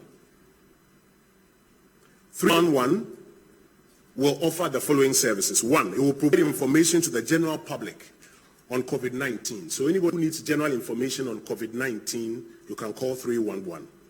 Two, if you need real-time clarification on the imposition of restrictions, you can call 311. Three, we have sent out a lot of PPEs across the country. If you work in a health facility and you want to give us some feedback on the status of PPE in your health facility, you can give us a call on 311, and then we can feed back to those who are distributing. If it's locked at the regional level or maybe it's at stores or whatever, then we have quick feedback and then we can attend to it. And four, During this period of restrictions, especially observations of the restrictions or the lack of observations that you want to draw attention to, you can call 311. Those lines are active right now. It is my understanding also that a WhatsApp interface has also been made available. The number to that interface is 0555 311 311. 0555 311 311. That is a National Information Contact Center to provide you with information or to take feedback from you on the COVID-19 matters. But if you need to get tested, 112 is the number that you call. Quickly in tree, Yama number back 112. Say, who do not per se test, and I say, Utu Kwan by and China per se test to her. Yes, so be fret, sa number no na. A doctor for near the Washema yet to me, abo more test. Apart from SAR 112, the number back also air to Abontiano, penny 311. 311 patch in ye. So, person TBB as about Yari way about to me for 311. Say, yes, you'll be antenna fieno, be bitch wagging up or say, to me for 311. So, we are Jumo medical facility, be Sabria, Yadi PPs be Bria Bay. Yache, a woman, or better say, yes, you'll be sure how near be an answer, maybe an answer to an answer. Yes, say, Ubet me my feedback. Na yedi ama woma ehwache materials no mehu say bia wo ho no problem or hand problem ni want feedback on PPEs and no suit me my asote and sana say bibi ikoso wo mpeso aso sabre a yesi obi antena fi ya pese ya asote and so to me for 311 e be say one of my phone lines ni di agro no ni nyina munya anya say be fi ase block fa fi ase kra ye block wo ho na inja lines na ma wo ma ehia wa simbika no ometumi ma aswate. Colleague, that brings us to the end of our. We'll take questions now in various languages. The various directors are here to help us. May I ask them to set up the microphone so that we can take the questions. Please do well not to touch the microphone so that we can take your questions. Yes, Chief. Please forward. And then I know there are questions on the press pool platform. We'll take them at some point. Yes, sir.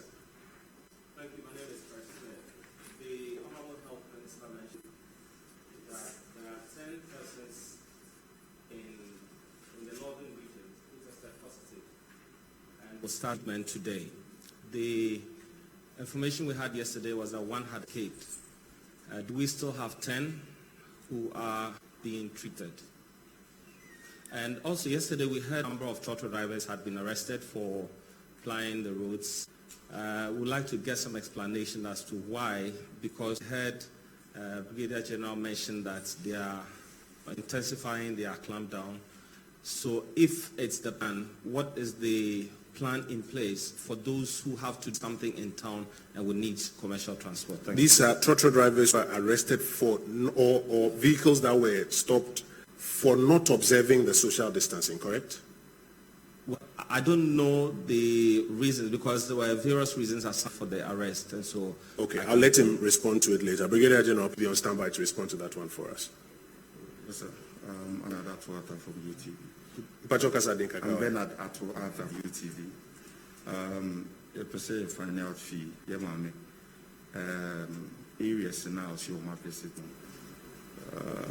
Data no yes, I'm say my data stability was 10,435. I see you, Kai for you. And she say, yeah, opposite the twin at the mom say after you go through, you know, between a job, no my job. Yahubeson ya pancro or acadiano say between the show just like okay willingly and now won't fear so no and no person we are moving up. Okay, your sisters and your brothers here okay. I feel you chat away no only deputy communication minister about no now almost assure union say almost bema money on my offer because now share omudini na I see should be an answer now of a panapa said Bekufi or my fourth realm so Mukofi, but only someone casa and also to say almost fee be a bank crying on the dark one as some person mukwa yam kono and common saying it cinema abusia for so pay omudini na what me say abusia for so kumetu okay and almost so kumetu okay Matias Chief, let's take your final one and then we'll take first round of response. Yes, thank you very much. I'm Selom Amenya with TV3. I want to find out how many tests we've been able to do so far, the total tests that we've been able to do so far. And also, we've heard figures being bundled about that we have only 80 ventilators, some say 100. Can we have parity to the number of ventilators we have? And then the status of the 50,000 PPEs that the president ordered for. And also 50,000 test kits. Test kits. Not yes. PPEs. Yes, test kits. 50,000 test kits. Test kits, yes. Yeah. And then to the general minister, I want to find out how much the stipend is and what are they going to use it for? Because if they are being camped and they have everything available, why that? We also paid information that some districts are going to do a 2-hour lockdown. That's IOSO and then Wejagbawe. I don't know if we can have clarity on that. No, I mean, as for that one, I can tell you, that one is not true. Okay, so it is not true that some districts are going to do a total lockdown. It is not true. I think the communication, as we've mentioned, those are the local level who are getting information. We pray them to liaise it with the policymakers at the top so that we don't speak across purposes. What is happening? Enhanced testing in these areas, and we've been at pains this morning to explain. Minister of Health, I will invite you to speak to the 50,000 test kits where we are. Dr. Abuaji, I will invite you to speak to how many ventilators do we within the Ghanaian jurisdiction, and maybe you want to nuance it between in the public sector and the estimate also in the private sector so that we have clarity. How many tests so far? Dr. Bedu Sarko, they be on standby to answer that for me. Gender Minister, if you join me, how many KIAs or homeless people are you looking at in jail? What about those who are apprehensive and want to go home? I think those questions are in three. Oma, person a coffee and then you be catch on busia for so as abre oma betu or baby or then I'll be catch on and sana who are kadia now say after we open so you know who are kadia open say udiana Finance Minister Amos Kasefayana Pachobra. First after I will do it.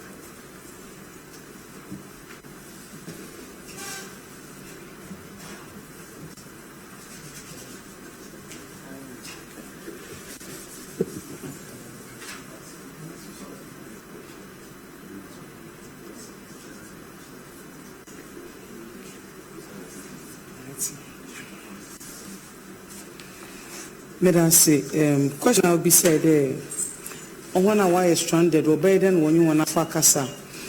Minister of Communication, and the Omayan 15 phones. Credit order that in so when you want my menu kasa, won't you? In then, Ubia or assets though, and you nebusian for Becca, won't you? And Ubia Nakumatonium. Intin Yakadi about your barricade to one send the Henry Anoman Bebre one tassi when you mawaba. What's more be and cook room? I will follow one shed and task into Messan Mekade, Yabemo on education. Nimba Henry Anum Kayo, whom we are looking at 15,000, Mekan Yabianse, 15,000, and men break down the younger ones home. Na Ebisade on our one, Ebinwaha, Yan Market one tomb, markets in Webway, in Tinobu, better than Nasan and answer cook room. Ebin Wokita 1 pound, was walk or go make it one of our ban. In you realize the honorable Kojo upon Kruma Bisam de Scanoya Hen Manka because ye data no catching the we are Yabama, Obi, or Yaha. Say data and answer is Kasama and Shen ye and if I overbloated. In ye tread cautiously. No one day will be sky, will be a banity. Yes, your situation may say.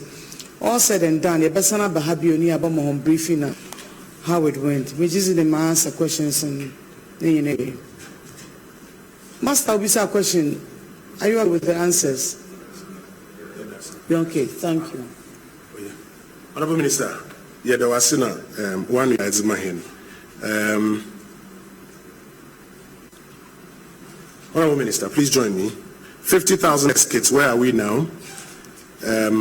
One person was reported to have escaped. Do we have him back?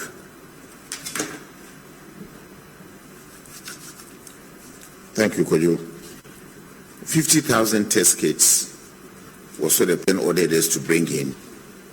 As I speak, we have received a little over half of the quantities. We have placed orders for all of them, and we are still awaiting delivery.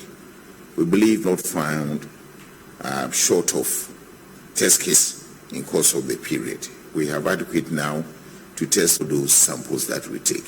We are taking deliveries from time to time in short intervals, and we believe by the end of the week or early next week, we might have received all the 50,000 test kits. Could you let me try the ventilators? At the beginning, we did an assessment, and began a health service and the teaching hospitals and some private facilities. We had 48 already in our hospitals. Then we ordered for 67. Then we ordered for 50. Out of the 50, I received 20, and the rest are waiting airlift to come into the country very, very soon. So 67 plus 20 gives us, plus private sector, altogether about 200 at the moment. So we have ventilators. But the good news is that none of the patients we have has been put on ventilator yet. So we are okay with the stocks that we have. The Tamale SKP, we are still searching for that patient. We haven't found him, but we haven't taken him off the number of 10. So we are very optimistic that we can track that person and bring him back treatment. Thank you very much. Thank you, Honorable Minister. So just to go over, the count shows that we have 67 ventilators in the public sector, and an extra order has been made for 50, which will move us to 117 in the public sector alone. But 20 have arrived now, so 67 plus 20, that puts us at 67 now in the public sector. But when you add what is in the private sector, in private facilities, that brings us to about 200 ventilators currently. So assuming we had critical cases that needed ventilators, we would have about 200 currently to deal with, even while we wait for the other 30 or so to come in. Honorable Minister, thank you for that quick update. So how many tests have been conducted so far, out of which we have about 195? I think that is the final outstanding question. And then I'll come to Brigadier General on the arrested torturers. Dr. Medusako, you want to tell how many tests so far? Do you have a figure to give us? Total number of tests? If you don't have it, we can wait for you to check. Okay. So please check, and then we can answer that question. It's better to get it right than to. So we would hold on to that question, and hopefully we will provide an answer to when he checks how many tests they've done so far, out of which 195. Brigadier, please join us.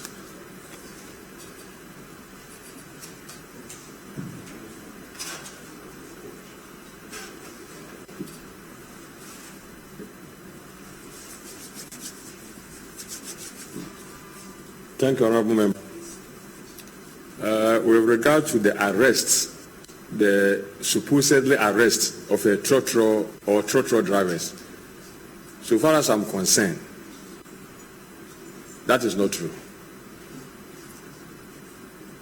No trotro driver had arrested.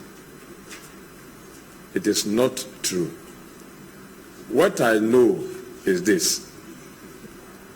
The directive for the restriction of movement has given exception to some category of persons who can move freely because of the critical functions that they perform. Those persons are moving freely.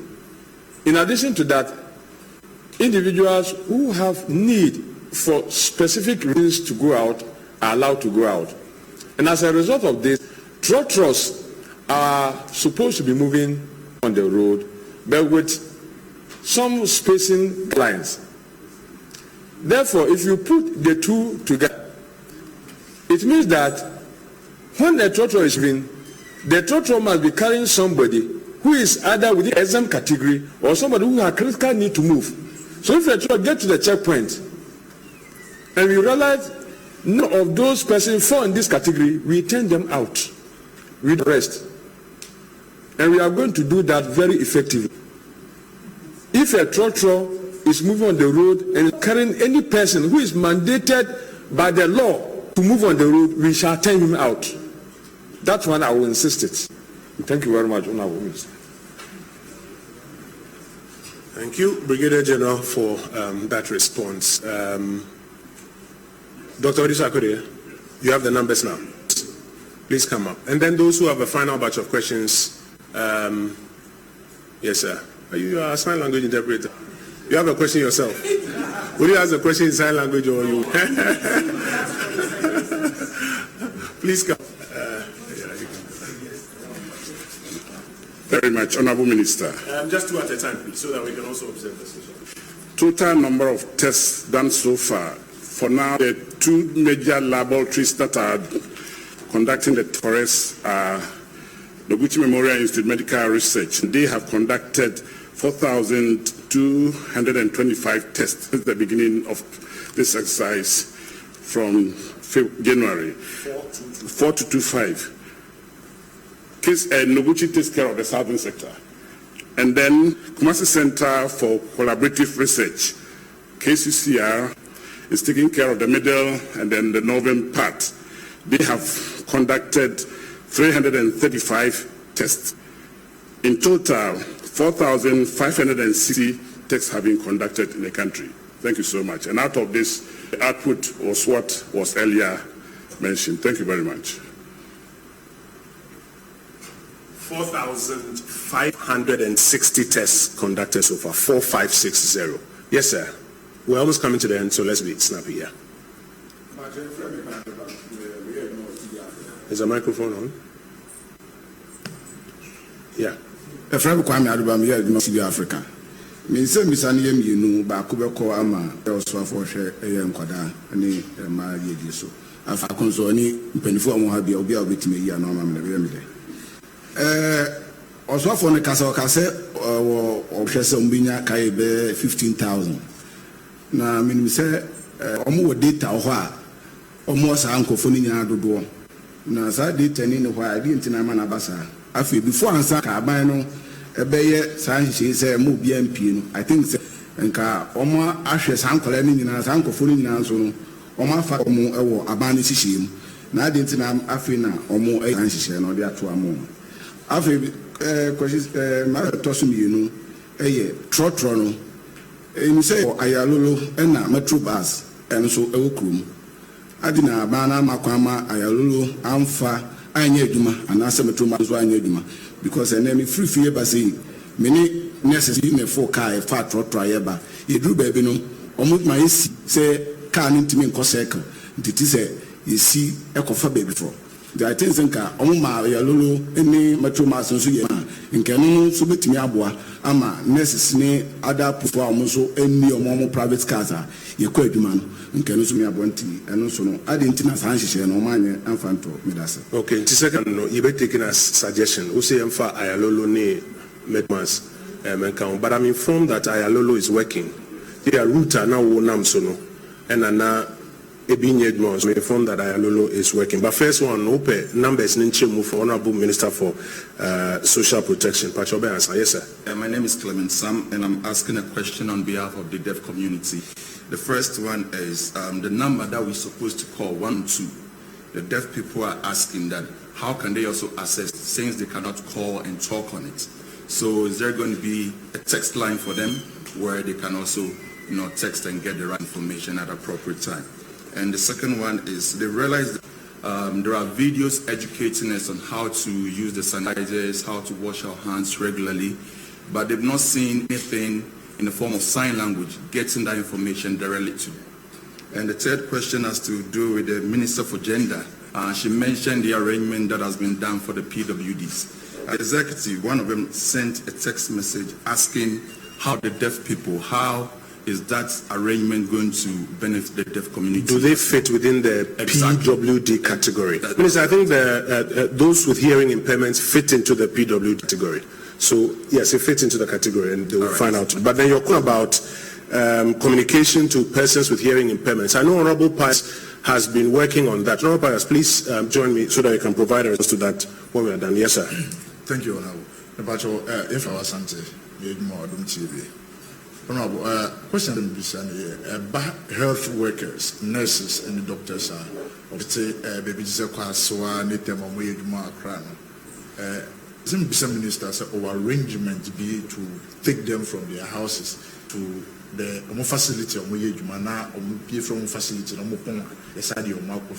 second, person bisa brigadier and they uti trotro monasi bisau nisi a wo town na say one ya a good reason na say si fom one a kwan ben so say sandi pay e san machi akofie that's health west no ya mom exemption so expect somebody exemption no ena ebekwa akodu baby omo eye adwuma. And then on the second matter ansa na obi fifi no obebo modern say dia wo hia de approve case gina o baby a onsabeka yes ana say omo kosi wo kwanfia ebe inconvenience e de amount and only say standard e de amount. Honorable powers will answer the question about sign language, and then there's a section that we include a text line for those who want to call it. So I'll come to you shortly. Could you are the last one. Are there any others? Madam, please come. After this final two, then I'll take the platform and then we'll wrap up. Yes, sir. My first question has been asked in Chi, so I'll plead with you to answer it in English. General transport arrangement for health workers. Like we have said, workers have been given an exemption, and we look forward to them using that exemption to get to work. And then 3 days ago, we heard that a doctor practicing at Lekma Hospital has been infected. What is his condition now? And secondly, you also made mention of Oja and Ayawaso West testing. Can we know specific areas so that we follow and then monitor the testing exercise? And then something that has got to do with security. Members of the security services are stopping vehicles and then asking people, including health service workers, to turn back home. I believe this is unfair. What are they doing? Because they promise that they will be very, very personal in times like this. Thank you. So there are reports that healthcare workers are being sent or are being asked to go back home. That would be very dangerous, especially when they have been given an exemption and we need them at the hostels and health facilities to work for us. But Brigadier, I'll come to you for you to give clarification on those reports. Yes, madam, we'll take your final one. Okay. I want to find out if nurses at private institutions being given any training on how to treat people who report their facilities with symptoms. Okay.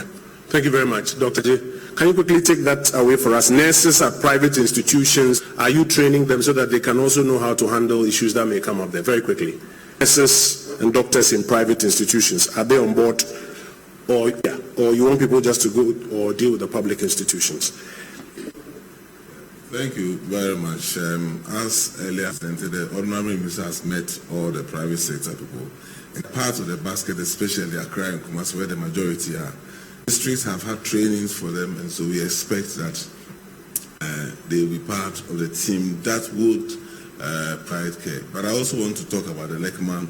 Please go ahead. Yeah, there's a protocol for when you test positive, you are isolated, and your contacts are also isolated. Currently, we have information that at least that doctor has been isolated or say quarantine not to spread, and there are about 70 other staff who are also undergoing some isolation. What we are looking for is that for those who may not, and that's what something we discussed, who may not be able to self-isolate, will be put in a hotel or something until the period is over. And so that arrangement is in place to ensure that while we will continue the contact tracing, as part of the mass exercise, these are considered as all part of the hospitals, and they'll be roped in the expanded contact tracing that we are doing. Roche Teaching Hospital, a number of persons in the facility who have been contact traced. How negative also? Tamale, rather. Tamale. Yes. How many were there? About 41. About 41 of them. So we take most of that one. Yes. But they will be followed up subsequently to see within the 14 days. If they do not have symptoms, still be otherwise they do, then they'll be retested. Okay. Thank you very much. It's important to also understand that the fact that you've been in contact with somebody doesn't mean you've necessarily got it. We have cases in which people have been in contact, and like in the case of Tamale, they test negative. So let's all keep our fingers crossed. And problem is also, as part of the enhanced contact tracing, the regions outside the lockdown are doing enhanced contact tracing. That's why they may see a little bit more expanded activity there, including people who may have moved in there because they are also people of interest. And so people should not probably harass them, but they are of interest, and the regions have been asked to, as it were, review their issues and see whether there are any issues to be done. That will be an enhancer. So if anybody hears that there are Eastern and other regions, expanded activities taking place, it's all part of the exercise we are doing now. Thank you very much. Kodrajiman, we would take a decision on whether we can give some further details on where exactly these enhanced tests are going. We have the view at this stage that the general explanation should find so that we balance information flow with people's privacy as well. We would look at that, and if we have to go a bit further, we will deal with that one. Honorable Part, where are you? There you are. Thank you very much, Honorable Minister. Minister, assets are being produced, and by assets I mean that educational material in the nature of sign language are being produced for showing on mass media. Again, there are discussions with the Social Welfare Department about community engagements with these persons with impairments. Also take note, ladies and gentlemen, that at all such COVID-19 media-related engagements and briefings, there is a great attempt to get sign language interpretation done. Thank you very much, Honourable Minister. Thank you, Honourable Deputy Minister. Colleagues, we will now be drawing down the curtain on our briefing this morning, bring a couple of answers. Yes, Honourable Minister, please join. We also want to say thank you to GIFEC, to the NCA, to the Ministry of Communications, and to the telecom companies that have helped us put up this National Information Contact Center. We want to say a very big thank you to them for this very quick job that they've managed to do to help us provide more information. Honourable Minister. With persons with disability, this is a data from the Council. Ashanti Region persons with disabilities 2,526, and Greater Accra Region persons with disability 2,712,000. Now let me give you the breakdown. We have the gender distribution, male and female. Types of disability: physical, visual, psychosocial, hearing, speech, cerebral palsy, and epilepsy. So it's a breakdown. It's comprised of all of them. And then you ask whether we have the data, but what is happening is that some of them have traveled back home before the ban. And so when we use the old data, we are going to inflate the figures. We want adequate data because it deals with money. That is why we are now compiling data as to the people who are in Accra, as I speak to you, who are in Kumasi. We have the total data of all of them. We're working with those here because we are giving them food and we are giving them logistics. Who are we giving the logistics to? We have to give to those who are here and not who are out. That is why we told you about the 15,000. Not that we don't have the original data. Thank you. Or you can send Anna Fancy. Missy, on one now. Yeah, on CC away 15,000. Yeah, what data? Kaya Funina. It's before a ban and a ban, nebinum kohon chrome. Yen to me can't want to walk on chrome, yeah, bad for them, Yazema wana, only ha. It's all cofieza on Kanwa, you don't want to war her lockdown affect one. It's in a year call round a year date fee, on one hour. Menyoka say Abubulo Shifu affirm the wide identify binum. Yeah, first man and come on keke, yeah, quiet, show 1 hour years amount because of accountability. Because a journalist never catch them there. Nippon as when you go where 10,000, nay more 40,000. It's a pedon 1 hour hand, nay one because of Kai spend. I mean, to me, a budgeting accountability. Yes, I'm on that. Honourable Minister Dawasi, colleagues, we're going to wrap up our brief this morning. 2 final points. APSA Ghana, formerly Barclays Bank, haven't taken notice of this national battle that we are on, so haven't taken notice of the President's establishment of a COVID-19 relief fund, would like to make a very significant contribution this morning, and they want that contribution to be used for a specific purpose. Honorable Minister responsible for health, you will stand by and join me to receive that contribution. Let me invite the executives of APSA to join me to introduce themselves and to make that presentation to us.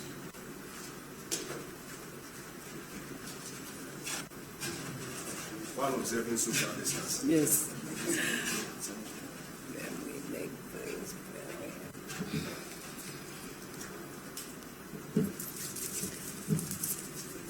Good morning, honorable ministers and ladies and gentlemen. My name is Nana Isilfa-Boyne. I'm the Corporate Relations Director for the bank, and I'm here with my colleague who is the HR Director for the bank, and Cyril Nye, who is also the Communications Director. I'm here on behalf of the board and the management of ABSA Bank Ghana, who were formerly Barclays and we recently rebranded. And also, of course, we've been very concerned as a bank about the COVID-19 pandemic. We are all affected because we are all in the same ecosystem. And so, based on this concern, we want to make our contribution to the COVID-19 National Trust Fund that the President has set. And so we are here this morning, Honorable Minister, to present our donation of 1 million Ghana cedis. And we are hoping that this donation will go towards the purchase of more test kits. We would rather you to go to the left a bit so that the cameras can capture it. Okay. Yeah. We will want our donation to go towards the purchase of more test kits so you can increase testing, and also the procurement of PPE to help our frontline health workers who are gallantly supporting the entire nation during this period. Thank you very much.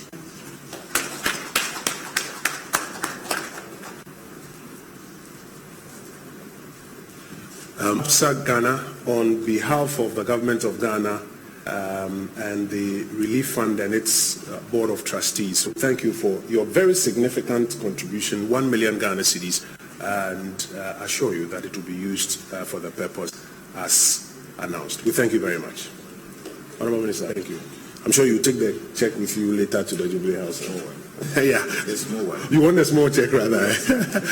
Very quickly as well, Twillium Ghana Limited, we also understand that you want to provide some products to support the frontline health workers out there. So Ghana Health Service, you stand by to receive items. Twillium, very quickly, and then we'll wrap up. You are producers of Verna mineral water and some other food and confectionery products. Please, very quickly.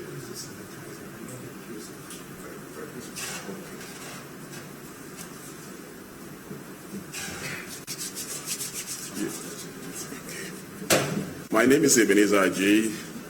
I'm the PRO of Twin Industrial Company Limited. Yes, we have seen the fight. The Ministry of Information is doing to support those COVID-19. So I was watching the TV. I just looked at it and I said, no, we need to do something about it. So I quickly called my manager and then all the entire leadership that we need to do something. So we have thought of it that we have to donate some of our products, that is the Verna mineral water, 1,000 parts of the Verna mineral water, and then London biscuits. That is, we are now producing one biscuit. Also, about 500 parts, a ministry, so that at least you can use that one to support your team. Thank you very much. Thank you. Unfortunately, we can't shake hands. Yes, I know, so we have to show the passion. So, Twillium, thank you very much for your donation. I understand that you have a truck full of those items here. Please get your driver on standby. From here, you go to Ghana Health Service head office and you go and make it available so that they can make it available to the nurses and the doctors and the frontline workers who are helping us. Colleagues, we will draw down the curtain on the brief. Okay, Honorable Minister said 2 million. Okay, so earlier you are saying 2 million disabled persons Accra. Correction is 2,712. That correction. So please, our colleagues in the media, take note. She's corrected it. Let the record correct. So we say thank you. maybe somewhere down the week there are some significant issues to engage on, we will do well. As usual, our doors remain open. If you have any inquiries, you can send them through our comms office and we'll do respond. You may want to take a look at the National Information Contact Center that is also being rolled out, and advise same to your audiences. Thank you very much for being with us this morning.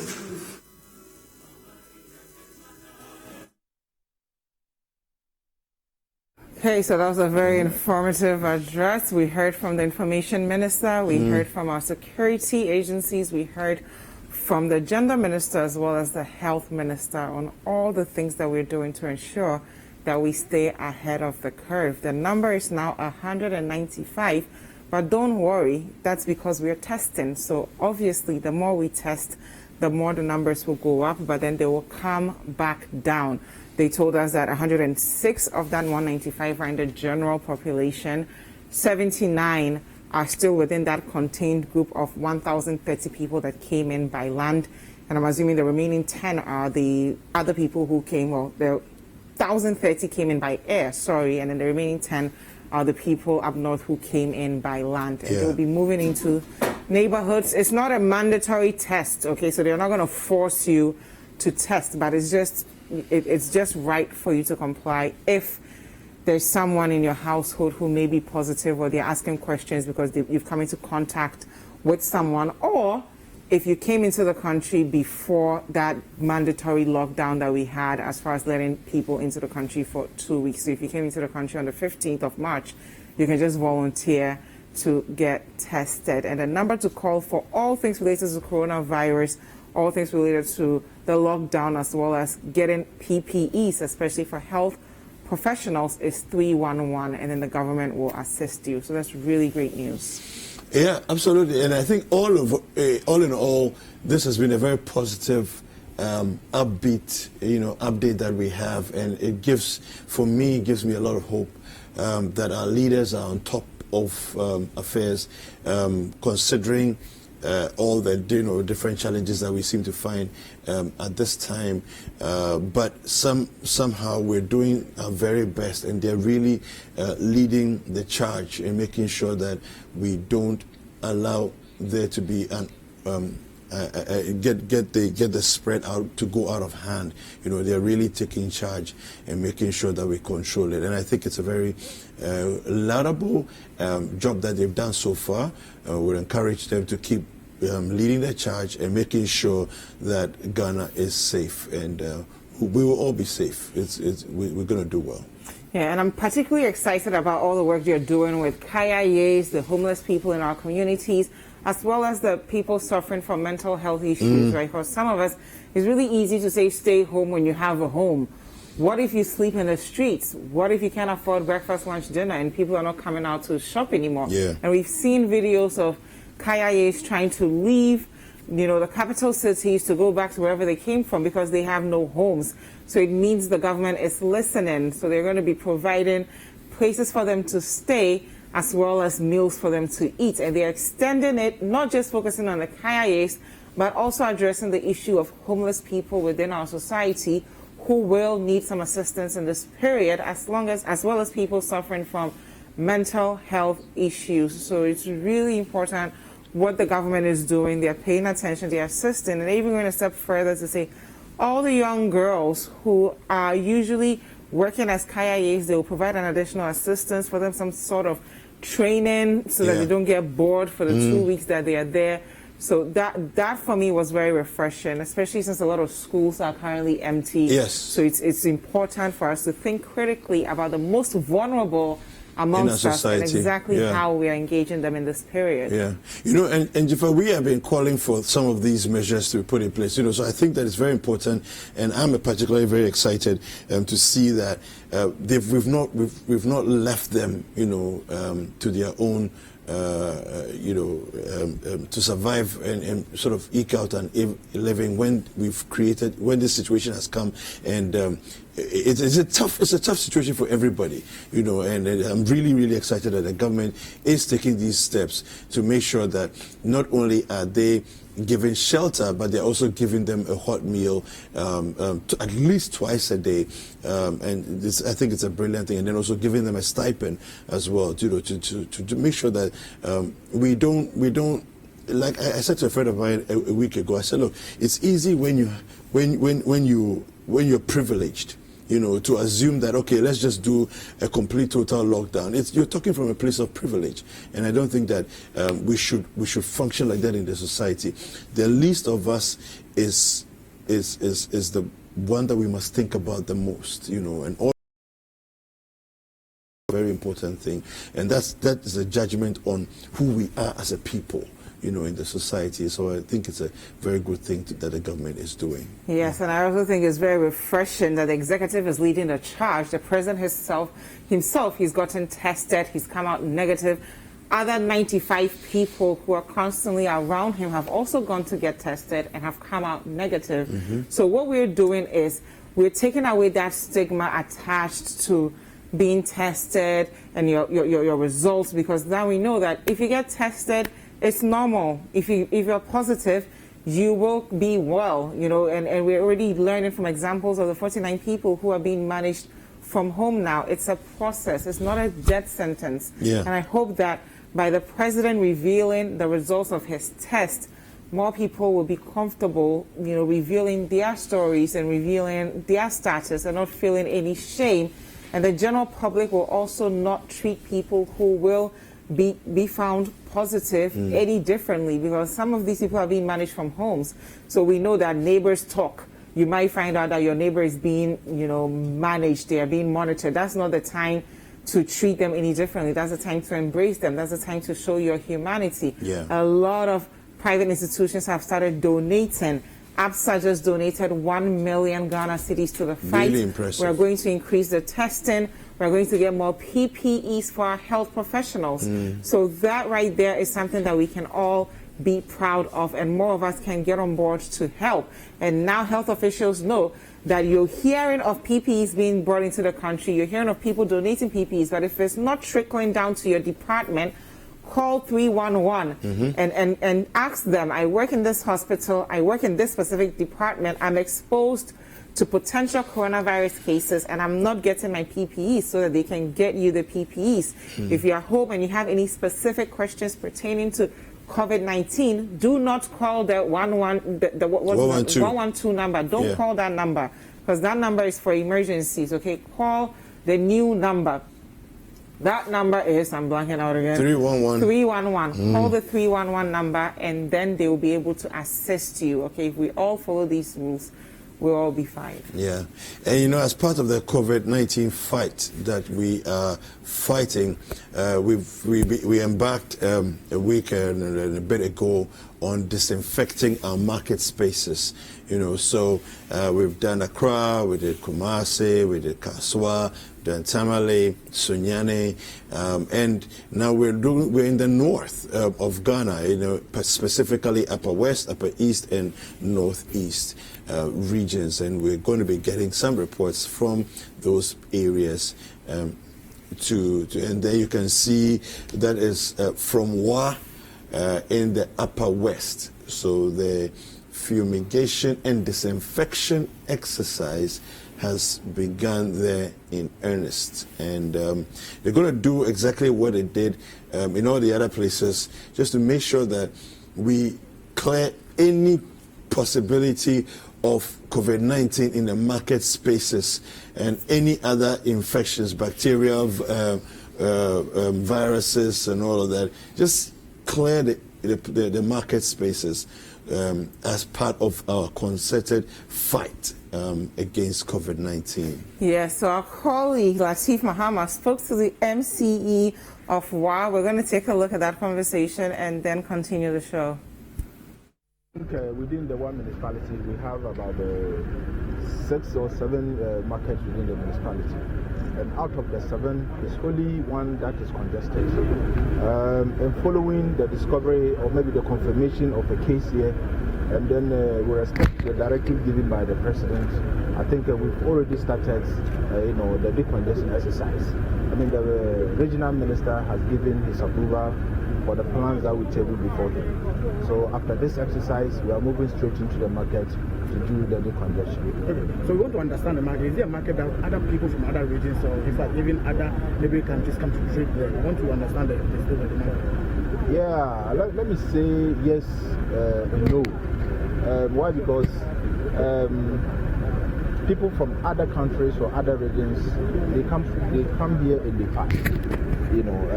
They don't actually come here to trade. We rather move from here to other regions to go and trade, especially the cereals, granules, and other things. Our people from here carry it from Wa to Adetechima, Kumasi, or Accra.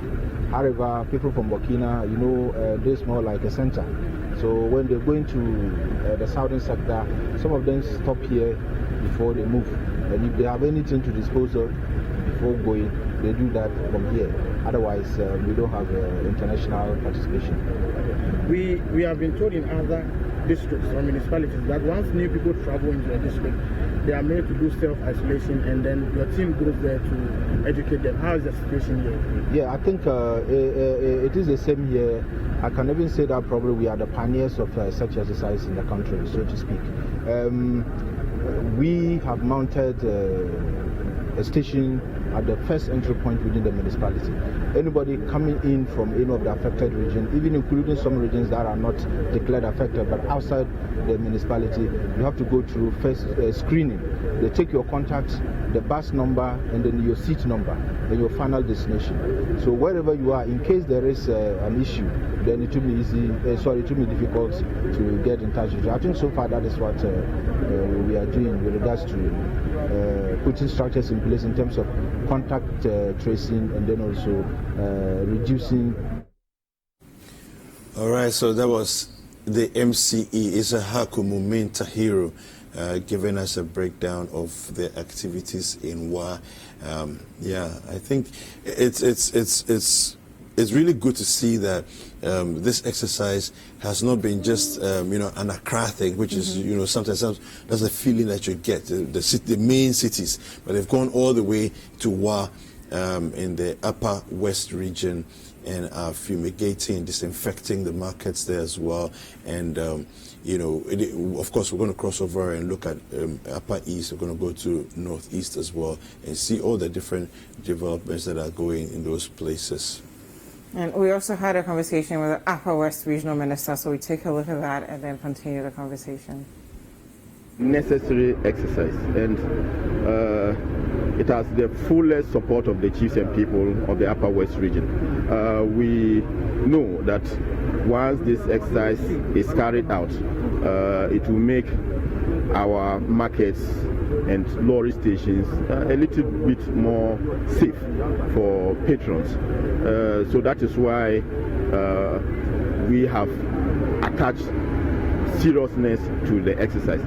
All the lorry stations and markets in the region, activities there have been suspended for today, so that after the exercise tomorrow there will be massive cleanup, and then the day after operators can go back to their normal businesses. So how many markets are you disinfecting?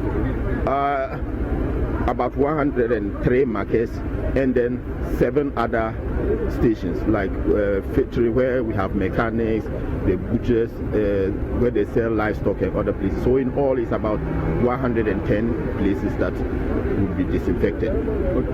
Yeah. And update on the COVID-19. I think WA has recorded 1 case. Yeah. Can you update on that? Yes, it's just that 1 case, and we don't hope the number to increase. After the confirmation of the patients, we have embarked upon contact tracing, and so far about 46 individuals have been identified. We are to take their sample for testing, so that whatever the outcome is, then we'll take it up from there. Any assurance market women and city dwellers think there's no market place today? Yeah. We have to, one or two kind of way of cashing. No, the education has gone on, and we've told them it's only just for today. Yes. So once they know that it has to do with their health, they know that if the exercise is carried out, it will inure to their benefit. So they've all understood us. So the exercise will go without any hitch. We'll advise them to quit because we've already deployed security personnel there. So I even believe that before we get there, if there is any recalcitrant trader there, we may have vacated the place. So that was the Upper West Regional Minister, Dr. Hafiz bin Saleh, there speaking to us. We're going to be looking also at the Upper East region, Jaffa, and there's 105 markets that are going to be disinfected in this whole exercise. I think that there's a lot of work that is being done, you know, in these places. And again, kudos to the government for leading this charge. I think it's a good angle, you know, to fight this COVID-19 that we've taken as well. Yeah, definitely right. And again, the reason we're doing this is to keep our markets safe. So the Bolgatanga municipal chief spoke to us, and he said that the exercise has become necessary, of course, because of all the things that we're doing across the regions to keep our markets safe. And the market women will stay at home.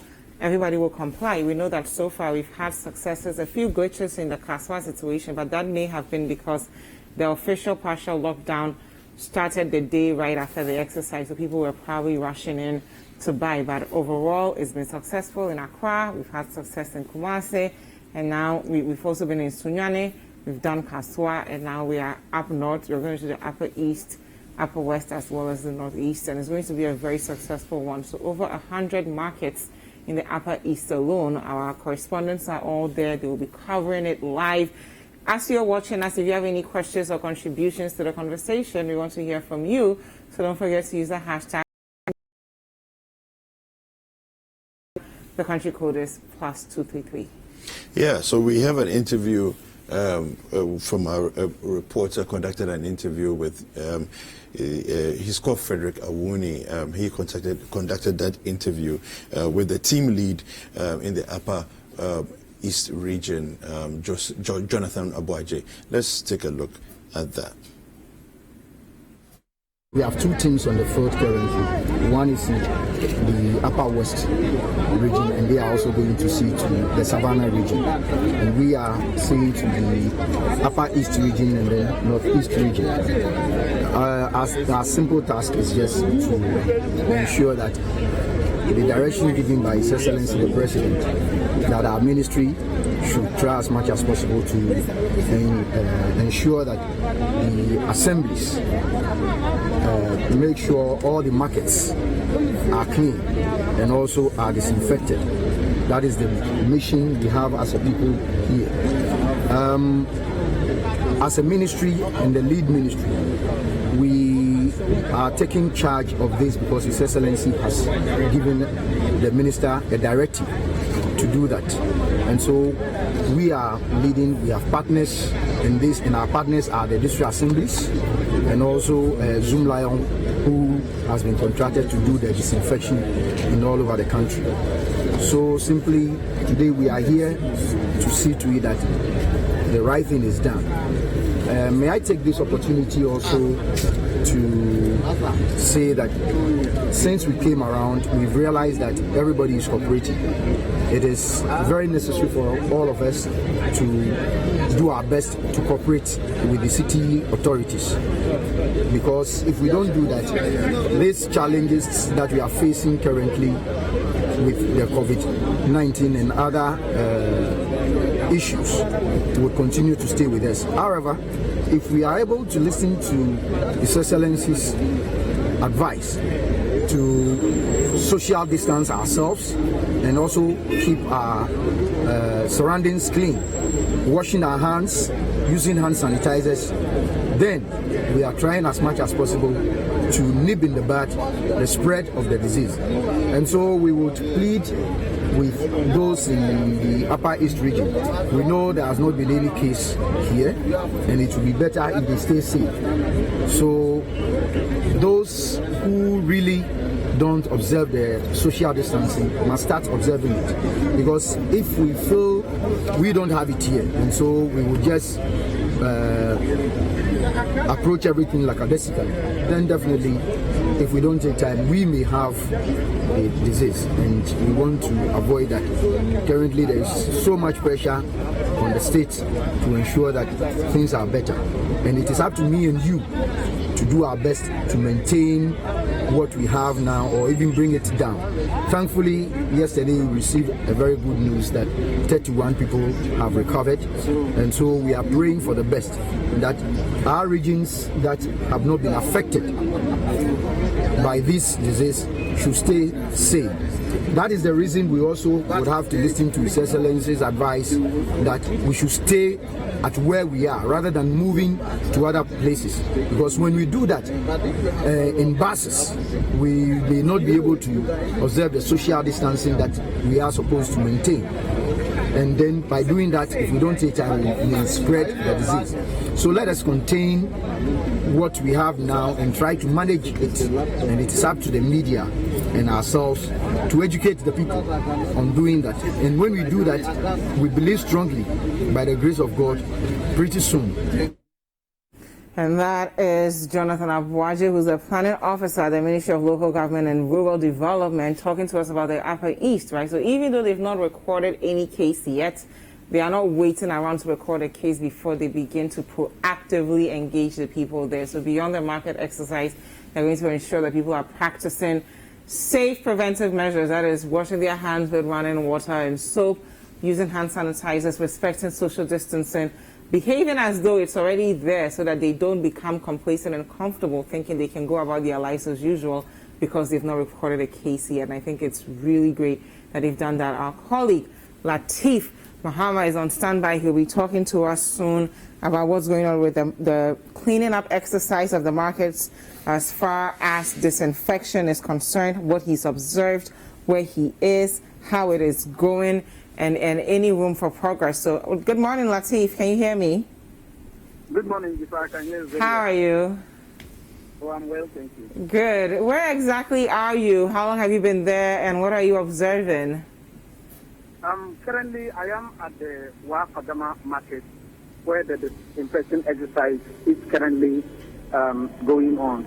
And before now, the exercise started at the Kijesia market. Then from there, the players went into the Central market before moving to the Fadama market here in the municipality. I must say that the exercise here in the Upper West region has been very successful. It's been without any major hindrance, except that the exercise, which was supposed to have started at exactly 6, got delayed up to 6:30. Beyond that, we haven't recorded any major incidents. In all, about 110 markets here in the Upper West region are going to be disinfected. A total of 338 players are currently undertaking this exercise in all the 110 markets in the 11 municipal and district assemblies here in the Upper West region. I must say that the Upper West Regional Minister, in the person of Dr. Hafiz bin Sali,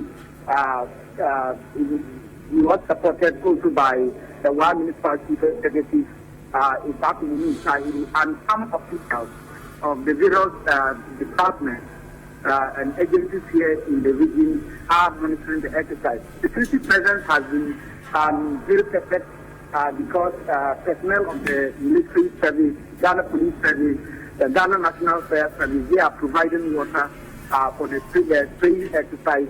And indeed, all the other security agencies are all here monitoring the process to ensure that nothing untoward happens.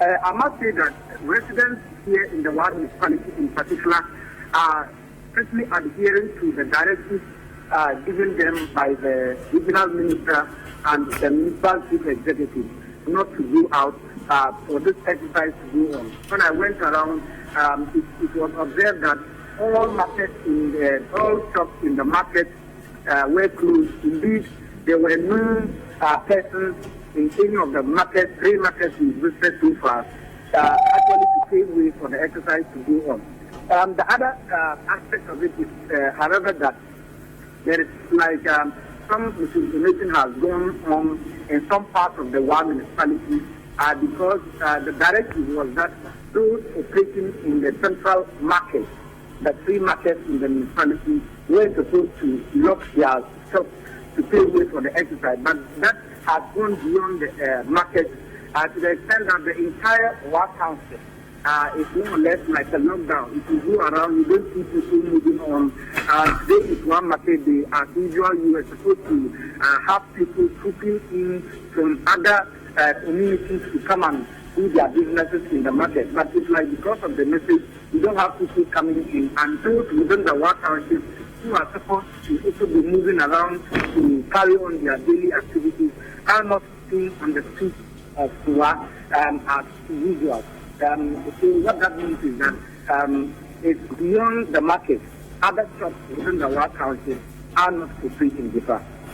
Okay, so you said initially there was some miscommunication as far as people thinking that it was going to be just 3 markets. How did they, how did the market people react? Because we have situations like Aswa where some market women said they didn't hear of the announcement, so they showed up. How were they able to get the information across to the point where people still stayed home and didn't show up? Just the day before yesterday, the one municipal chief executive addressed the media and spoke to the public through the various radio stations with regards to this exercise. Just yesterday in the evening, the regional minister, Dr. Hafiz Bin Sali, also had a press encounter to tell the people what is expected of them throughout this exercise. And so, beyond the various radio stations, people have personal information that they send out. I asked the municipal chief executive whether the directive was that people should close their shops for the exercise within the municipality. And he said that no, they were very clear in their communication. It was that only those operating within the Wa market, the Kodama market, and the KJCM market, as well as those at the lorry station, they were those who were expected to have closed down. But then, it's like people are taking the message very seriously, and that is including what we are all seeing, which is the closure of within the Wa Township. Okay, so in Accra and Kumasi specifically, we saw that the market leaders were very engaged with the entire process. For the Kumasi experience, we saw some of the market leaders actually going into the markets with the sprayers to show them specific tight corners that they can spray. What has been your observation of the market leaders in Wa so far? The situation here, I must say, is very different because, as I alluded earlier, we are not seeing market operators within the market. Everybody is inside. You don't see people moving around in the market. In all the 3 markets we've been so far, you don't get people who are operating there, going around. So they are more or less like those areas. You don't see those areas rather. You don't see people moving around.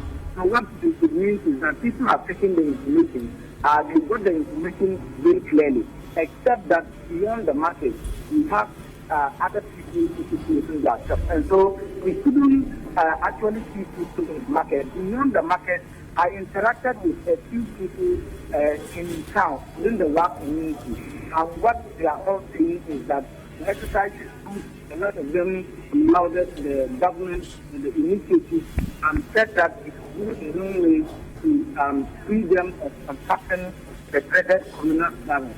A lot of them are also of the view that they can go beyond the market and also look at some public spaces where people gather. And that, I think, has already been taken care of because beyond the market, I saw cars moving around the major streets, actually spraying just as they are doing in the market. And so, generally, in the Wa Township, traders are not having issues with the spraying exercise, except to commend government for the initiative and to hope that nothing untoward happens. Beyond today's exercise, I have asked that the Upper West Regional Minister a few moments ago in an exclusive interview with City News said that the region, since we recorded one case of the COVID-19, we have gone beyond that individual to do serious contact tracing. And within this serious contact tracing, we've identified 46 individuals who are supposed to be exposed to that individual that got infected. And so these 46 people, according to the minister, have been asked to be under self-quarantine. So that's very excellent. So not only are they disinfecting the market, they are also working on the one person who came out positive and are tracking the people who came into contact with them. Thank you so much, Lateef Mahama, for joining us, and I'm sure you update us as the hours go on and the exercises go on. Thank you very much, Lateef. All right, so we also have Frederick Awuni standing by in the Upper East region. Frederick, good morning.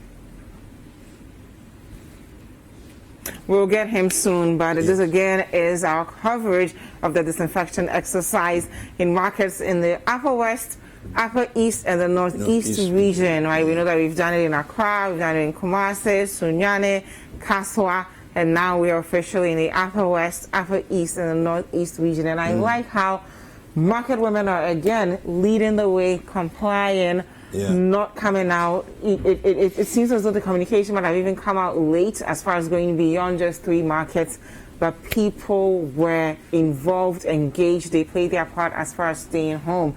And as we are covering this disinfection exercise, if you have any questions about any of the regions that we've covered so far, don't forget to let us know what you're thinking with the hashtag City Newsroom. And if you want to reach us directly, the WhatsApp line is 0550-585-832.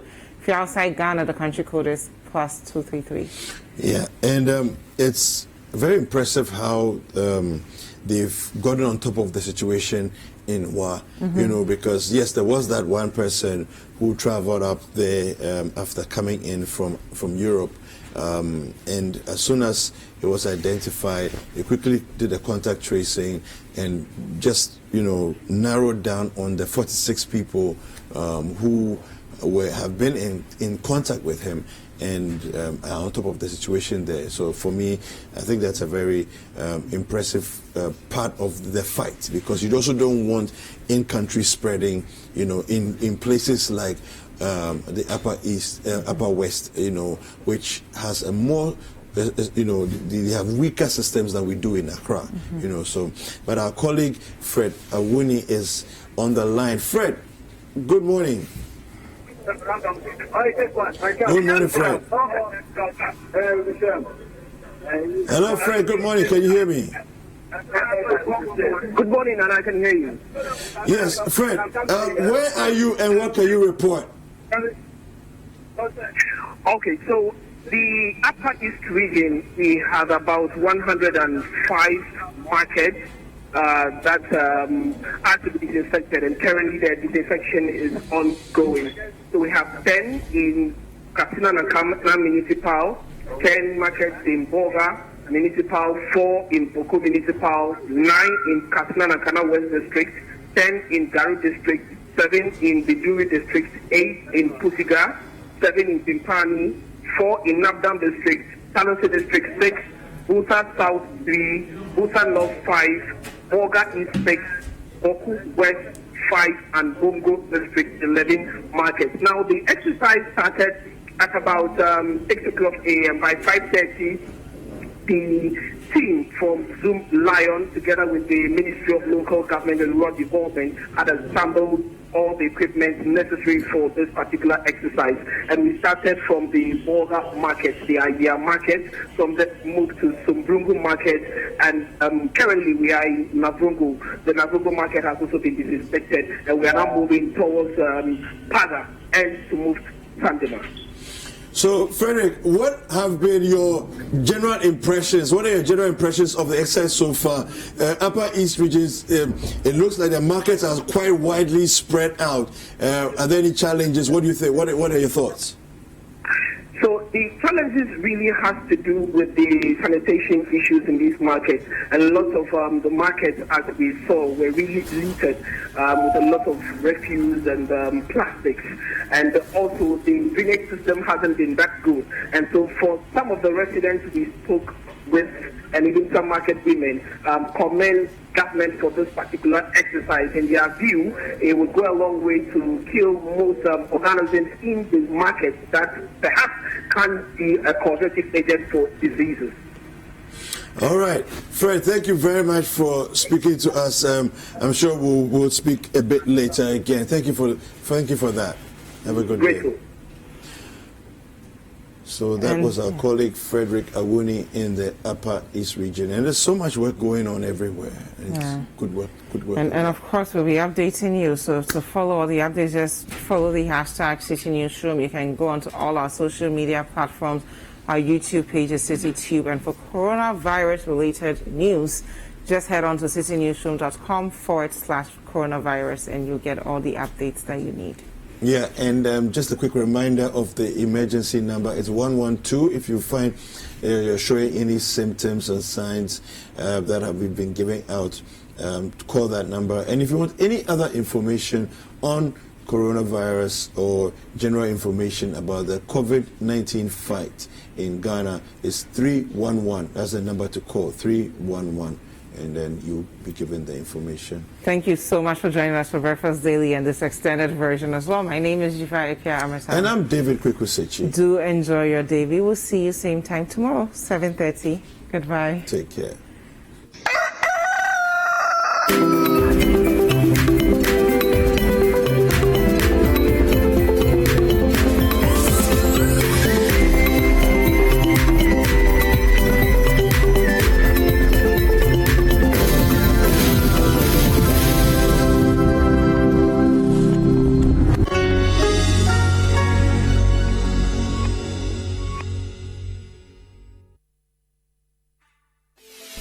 Hello, my name is Mata Adwanan, Innovations Manager of Jacquel Ventures Limited, producers of Fortifa. Fortifa, certified by MUFA, is an organic compost manufactured right here in Ghana using source-segregated organic waste. This waste is taken through scientific processes to add value